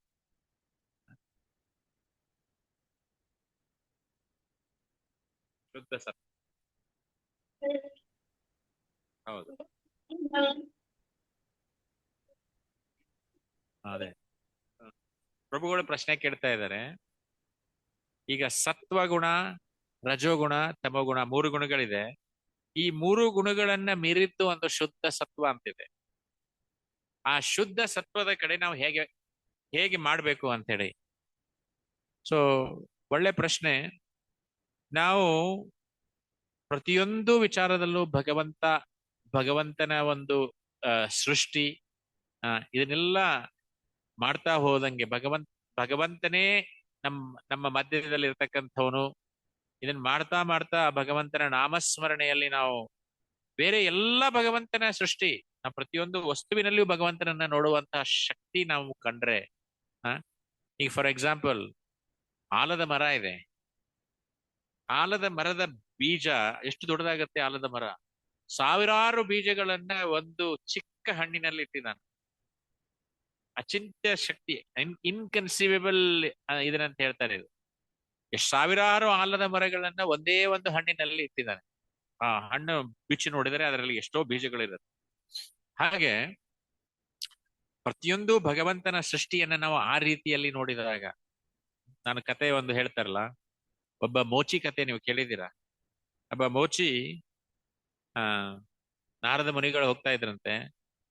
ಒಬ್ಬ ಬ್ರಾಹ್ಮಣನೂ ಇದ್ದ. ಬ್ರಾಹ್ಮಣ ಕೇಳಿದ, ನಾನು ಪೂಜೆ ಪುನಸ್ಕಾರವನ್ನ ದಿವಸ ಮಾಡ್ತಾ ಬರ್ತಾ ಇದ್ದೀನಿ, ನನಗೆ ಈ ಲೋಕವನ್ನ ಯಾವಾಗ ನಾನು ಈ ಲೋಕದಿಂದ ಬಿಟ್ಟು ಮುಕ್ತಿ ಹೊಂದಿ ದೇವಲೋಕಕ್ಕೆ ಹೋಗ್ತೀನಿ ಅಂತ ಹೇಳಿ ಕೇಳಿದಂತೆ ಬ್ರಾಹ್ಮಣ. ನೀನ್ ಹೋಗ್ತಾ ಇದೆಯಲ್ಲ, ಕೃಷ್ಣನ ಹತ್ರ ಕೇಳೋದನ ಅಂತ ಹೇಳಿದಂತೆ. ಕೃಷ್ಣ ಹತ್ರ ಪ್ರಯಾಣ ಮಾಡ್ತಾ ಇರ್ತೀಯ, ಕೇಳು ಕೃಷ್ಣನಿಗೆ ಪ್ರಶ್ನೆ ಅಂತೆ. ಆಮೇಲೆ ಮುಂದೆ ಬಂದ ಅವನು ನಾರದ ಮೋಚಿನ್ ಕೇಳಿದ, ಮರದ ಕೆಳಗೆ ಕೂತ್ಕೊಂಡು ಮಾಡ್ತಾ ಇದ್ದ. ಓ, ಎಲ್ಲಿ ಹೋಗ್ತಾ ಇದ್ದೀರಿ? ಹಾಗಾದ್ರೆ ನಾನು ಕೃಷ್ಣ ಲೋಕಕ್ಕೆ ಹೋಗ್ತಾ ಇದ್ದೇನೆ. ಹಾಗಾದ್ರೆ ನಾನು ಕೇಳಪ್ಪ, ನಂದು ಒಂದು ಕೇಳಿಬಿಡು, ನಾನು ಯಾವಾಗ ಅಲ್ಲಿಗೆ ಬರ್ತೀನಿ ಅಂತ. ಅಲ್ಲಿ ಹೋದ. ಅವರು ಹೋಗಿ ಇಬ್ರು ಪ್ರಶ್ನೆಗಳನ್ನ ಕೇಳಿದ್ರು. ಆ ಪ್ರಶ್ನೆಗಳಿಗೆ ಉತ್ತರ ಕೊಡ್ಬೇಕಂತ ಬ್ರಾಹ್ಮಣ ಕೇಳಿದ. ಸೊ ನಾನು ಸುಮಾರು ವರ್ಷಗಳಿಂದ ಈ ಸೇವೆಯನ್ನ ಮಾಡ್ತಾ ಇದ್ದೀನಿ, ಪೂಜೆ ಪುನಸ್ಕಾರಗಳನ್ನ ಮಾಡ್ತಾ ಇದ್ದೀನಿ. ಅವನು ಯಾವಾಗ ಈ ಲೋಕಕ್ಕೆ ಬರ್ತಾನೆ ಅಂತೇಳಿ ಕೇಳಿದ ಅಂತ ಹೇಳಿದ. ಅವ ಕೃಷ್ಣ ಹೇಳ್ತಾನೆ, ಅವನಿಗೆ ಈ ಜನ್ಮದಲ್ಲಿ ಮುಕ್ತಿ ಇಲ್ಲ ಅಂತ ಹೇಳ. ಬ್ರಾಹ್ಮಣನಿಗೆ ಈ ಜನ್ಮದಲ್ಲಿ ಮುಕ್ತಿ ಇಲ್ಲ. ಹಾಗಾದ್ರೆ ಮೋಚಿ ಕೇಳಿದ. ಮೋಚಿ ಇದೇ ಜನ್ಮದಲ್ಲಿ ಅವನು ವಾಪಸ್ ಬರ್ತಾನೆ ಅಂತ ಹೇಳಿ. ಅದೇಗೆ ಸಾಧ್ಯ? ನಾರದ ಮುನಿಗಳಿಗೆ ಆಶ್ಚರ್ಯ ಆಯ್ತು. ಮೋಚಿ ಇದೇ ಜನ್ಮದಲ್ಲಿ ಬರ್ತಾನೆ ಅಂತ ಹೇಳ್ತಾರೆ, ಅವನು ಚಪ್ಪಲಿ ಹೊಲಿಯುವಂತ ಕೆಲಸವನ್ನ ಮಾಡ್ತಾ ಇದ್ದಾನೆ. ಇನ್ನೊಬ್ಬರು ಬ್ರಾಹ್ಮಣ ಪ್ರತಿ ದಿವಸ ಪೂಜೆ ಪುನಸ್ಕಾರ ಎಲ್ಲ ಮಾಡ್ಕೊಂಡಿರೋನು, ಅವನು ಈ ಜನ್ಮದಲ್ಲಿ ಬರಲ್ಲ ಅಂತ ಹೇಳ್ತೀರ, ಏನಿದು ಅಂತ ಕೇಳಿದ. ನಿನಗೆ ಗೊತ್ತಾಗಲ್ಲ, ನಾವೊಂದು ಪ್ರಶ್ನೆಯನ್ನ ನಿನಗೆ ಕೇಳ್ತೀನಿ, ಅವ್ರಿಗೆ ಹೋಗಿ ಕೇಳು ಆ ಪ್ರಶ್ನೆಯನ್ನ ಅಂತ ಹೇಳಿದ. ಅವಾಗ ಅವ್ರು ಕೇಳ್ತಾರೆ, ನೀನು ಕೃಷ್ಣನನ್ನು ನೋಡಿದಾಗ ಕೃಷ್ಣ ಏನ್ ಮಾಡ್ತಾ ಇದ್ದ ಅಂತ ಕೇಳ್ತಾರೆ. ಅವಾಗ ನೀನ್ ಹೇಳು, ಸೂಜಿಯ ಮೊನೆ ಇರತ್ತಲ್ಲ, ಹೋಲು, ಆ ಸೂಜಿಯ ಮೊನೆಯಿಂದ ಆನೆಯನ್ನ ಇಲ್ಲಿಂದ ಈ ಕಡೆ ಇಲ್ಲಿಂದ ಈ ಕಡೆ ತರ್ತಾ ಇದ್ದ ಅಂತ ಹೇಳೋರ್ಗೆ. ಇದರಿಂದ ಹೇಗ್ ಸಾಧ್ಯ? ನೀನು ಹೋಗಿ ಹೇಳು, ಗೊತ್ತಾಗತ್ತೆ ಅವರ ಭಕ್ತಿಯಲ್ಲಿ ವ್ಯತ್ಯಾಸ ಏನಿದೆ ಅಂತ. ಅವನ್ ಬಂದ, ಬ್ರಾಹ್ಮಣನನ್ನ ಕೇಳಿದ ಫಸ್ಟ್. ಓ, ಕೃಷ್ಣ ಏನ್ ಮಾಡ್ತಾ ಇದ್ದ ಅವಾಗ? ಕೃಷ್ಣ ಏನ್ ಮಾಡ್ತಾ ಇದ್ನ? ಅವನು ಸೂಜಿಯ ಮೊನೆಯಿಂದ ಆನೆಯನ್ನ ಈ ಕಡೆ ಆ ಹೋಲಿರತ್ತಲ್ಲ, ಹೋಲಿಂದ ಈ ಕಡೆ ಅಲ್ಲಿಂದ ಈ ಕಡೆ ತರ್ತಾ ಕೂತಿದ್ದ ಅಂತ ಹೇಳಿ. ಅದೇಗ್ರಿ ಸಾಧ್ಯ? ಅದು ಸೂಜಿಯ ಮನೆ ಒಂದ್ ಚಿಕ್ಕ ಹೋಲಿರುತ್ತೆ, ದಾರ ಪಡಿಸೋದು ತುಂಬಾ ಕಷ್ಟ. ಆನೆಯನ್ನ ಈ ಕಡೆ ಹೆಂಗ್ ತರ್ತಾನ್ರಿ ಅವನು ಅಂತ ಕೇಳಿದ. ಸಾಧ್ಯ ಇಲ್ಲ. ಆಮೇಲೆ ಅದೇ ಪ್ರಶ್ನೆಯನ್ನ ಹೋಗಿ ಮೋಚಿನ್ ಕೇಳಿದ್ನ. ಮೋಚಿ ಏನ್ ಮಾಡ್ತಾ ಇದ್ದ ಭಗವಂತ ಅಂದಾಗ, ಅವನು ಆನೆಯನ್ನ ಆ ಕಡೆಯಿಂದ ಈ ಕಡೆ ತರ್ತಾ ಇದ್ದ, ಈ ಕಡೆಯಿಂದ ಆ ಕಡೆ ಅಂತ. ಭಗವಂತ ಏನ್ ಬೇಕಾದ್ರೂ ಮಾಡ್ಬೋದು. ನೋಡಿ, ಇಂತ ದೊಡ್ಡ ಆಲದ ಮರದ ಕೆಳಗೆ ಕೂತಿದ್ದೀನಿ ನಾನು. ಆಲದ ಮರದ ಹಣ್ಣು ಬಿದ್ದಿದೆ ಇಲ್ಲಿ. ಈ ಹಣ್ಣಲ್ಲಿ ಸಾವಿರಾರು ಆಲದ ಮರಗಳನ್ನ ಇಟ್ಟಿದ್ದಾನ. ಸಾವಿರಾರು ಆಲದ ಮರಗಳನ್ನ ಇದರಲ್ಲಿ ಇಟ್ಟಿದ್ದಾನೆ ಅಂದ್ರೆ ಅವನಿಗೆ ಆನೆಯನ್ನ ಪಾಸ್ ಮಾಡೋದು ಏನ್ ದೊಡ್ಡ ವಿಚಾರ ಅಲ್ಲ. ಇವಾಗ ಅರ್ಥ ಆಯ್ತಾ? ಅಂದ್ರೆ ಭಕ್ತನ ಪ್ರೀತಿ ಆ ತರ ಇರಬೇಕು. ಪ್ರತಿಯೊಂದರಲ್ಲಿನೂ ಕೂಡ ಕೃಷ್ಣಮಯವಾದಂತಹ ಜೀವನವನ್ನ ನಡೆಸಿದ್ರೆ, ಶುದ್ಧ ಸತ್ವದಲ್ಲಿ ಇದ್ರೆ, ಶುದ್ಧ ಸತ್ವ ವಾಸುದೇವ ಸ್ಥಿತಿ ಅಂತ ಹೇಳ್ತಾರೆ. ಆ ಸ್ಥಿತಿಗೆ ನಾವು ಹೋಗ್ಬೇಕು ಅಂತಂದ್ರೆ ಸಾಧನೆ ಇಂಪಾರ್ಟೆಂಟ್. ಸಾಧನೆ ಮಾಡ್ಬೇಕು. ನಾವು ಮಾಡ್ಬೇಕು ಅನ್ನುವಂತ ಆತುರನೂ ಬೇಕು. ಸಾಧನೆ ಮಾಡ್ಬೇಕು, ಅಚೀವ್ ಮಾಡ್ಬೇಕು. ಈಗ PhD ಮಾಡಕ್ ಇರ್ತಾರೆ, ನಾನ್ PhD ಮಾಡ್ಬೇಕು ಅಂತ. ಎಷ್ಟೋ ಜನ ಫೇಲ್ ಆಗ್ತಾರೆ. IAS ಮಾಡೋರು ಫೇಲ್ ಆಗ್ತಾರೆ, ಬಿಟ್ಬಿಡ್ತಾರೆ. ಬಿಡಬಾರದು. IAS ಮಾಡ್ಬೇಕು ಅಂತಂದ್ರೆ ಮಾಡ್ಬೇಕು, UPSC ಎಕ್ಸಾಮ್ ಪಾಸ್ ಆಗ್ಬೇಕು. 2 ಅಟೆಂಪ್ಟ್ ಆಗುತ್ತೋ, 3 ಅಟೆಂಪ್ಟ್ ಆಗುತ್ತೋ, 4 ಅಟೆಂಪ್ಟ್ ಆಗುತ್ತೋ, ಮಾಡ್ಬೇಕು. ಅದು ಛಲ ಇರ್ಬೇಕು. ನಾ ಸಾಧನೆ ಮಾಡ್ಬೇಕು ಅನ್ನುವಂತ ಛಲ ಇಟ್ಕೊಂಡು ನಾವು ಸಾಧನೆ ಮಾಡಿದ್ರೆ ನಾವು ಯಶಸ್ವಿಗಳಾಗ್ತೀವಿ. ಆ ಶುದ್ಧ ಪ್ರೇಮದಲ್ಲಿ ನಾವು ಬರ್ತೀವಿ. ಅದನ್ನ ಇಟ್ಟುಕೊಂಡು ಭಕ್ತರ ಸಂಘದಲ್ಲಿ ಮಾಡ್ಬೇಕು. ಭಕ್ತರ ಸಂಘದಲ್ಲಿ ಮಾಡಿದಾಗ ಅದಕ್ಕೆ ಇನ್ನೂ ಹೆಚ್ಚು ಲಾಭದಾಯಕವಾದಂಥದ್ದು. ಅದು ಶುದ್ಧ ಭಕ್ತಿ, ಶುದ್ಧ ಪ್ರೇಮ, ಶುದ್ಧ ಸತ್ವ, ವಾಸುದೇವ ಸ್ಥಿತಿ. ಹರೇ ಕೃಷ್ಣ. ಹರೇ ಕೃಷ್ಣ ಪ್ರಭುಜಿ. ಎನಿಮೋರ್? ನೋ. ವಾಂಚಕಲ್ಪತರುಭ್ಯಶ್ಚ ಕೃಪಾ ಸಿಂಧುಭ್ಯೇವ ಚ ಪತಿತನಾಂ ಹರೇ ಕೃಷ್ಣ ಪಾವನೇಭ್ಯೋ ಪ್ರಭುಜಿ. ವೈಷ್ಣವೇಭ್ಯೋ ನಮಃ. ಹರೇ ಕೃಷ್ಣ.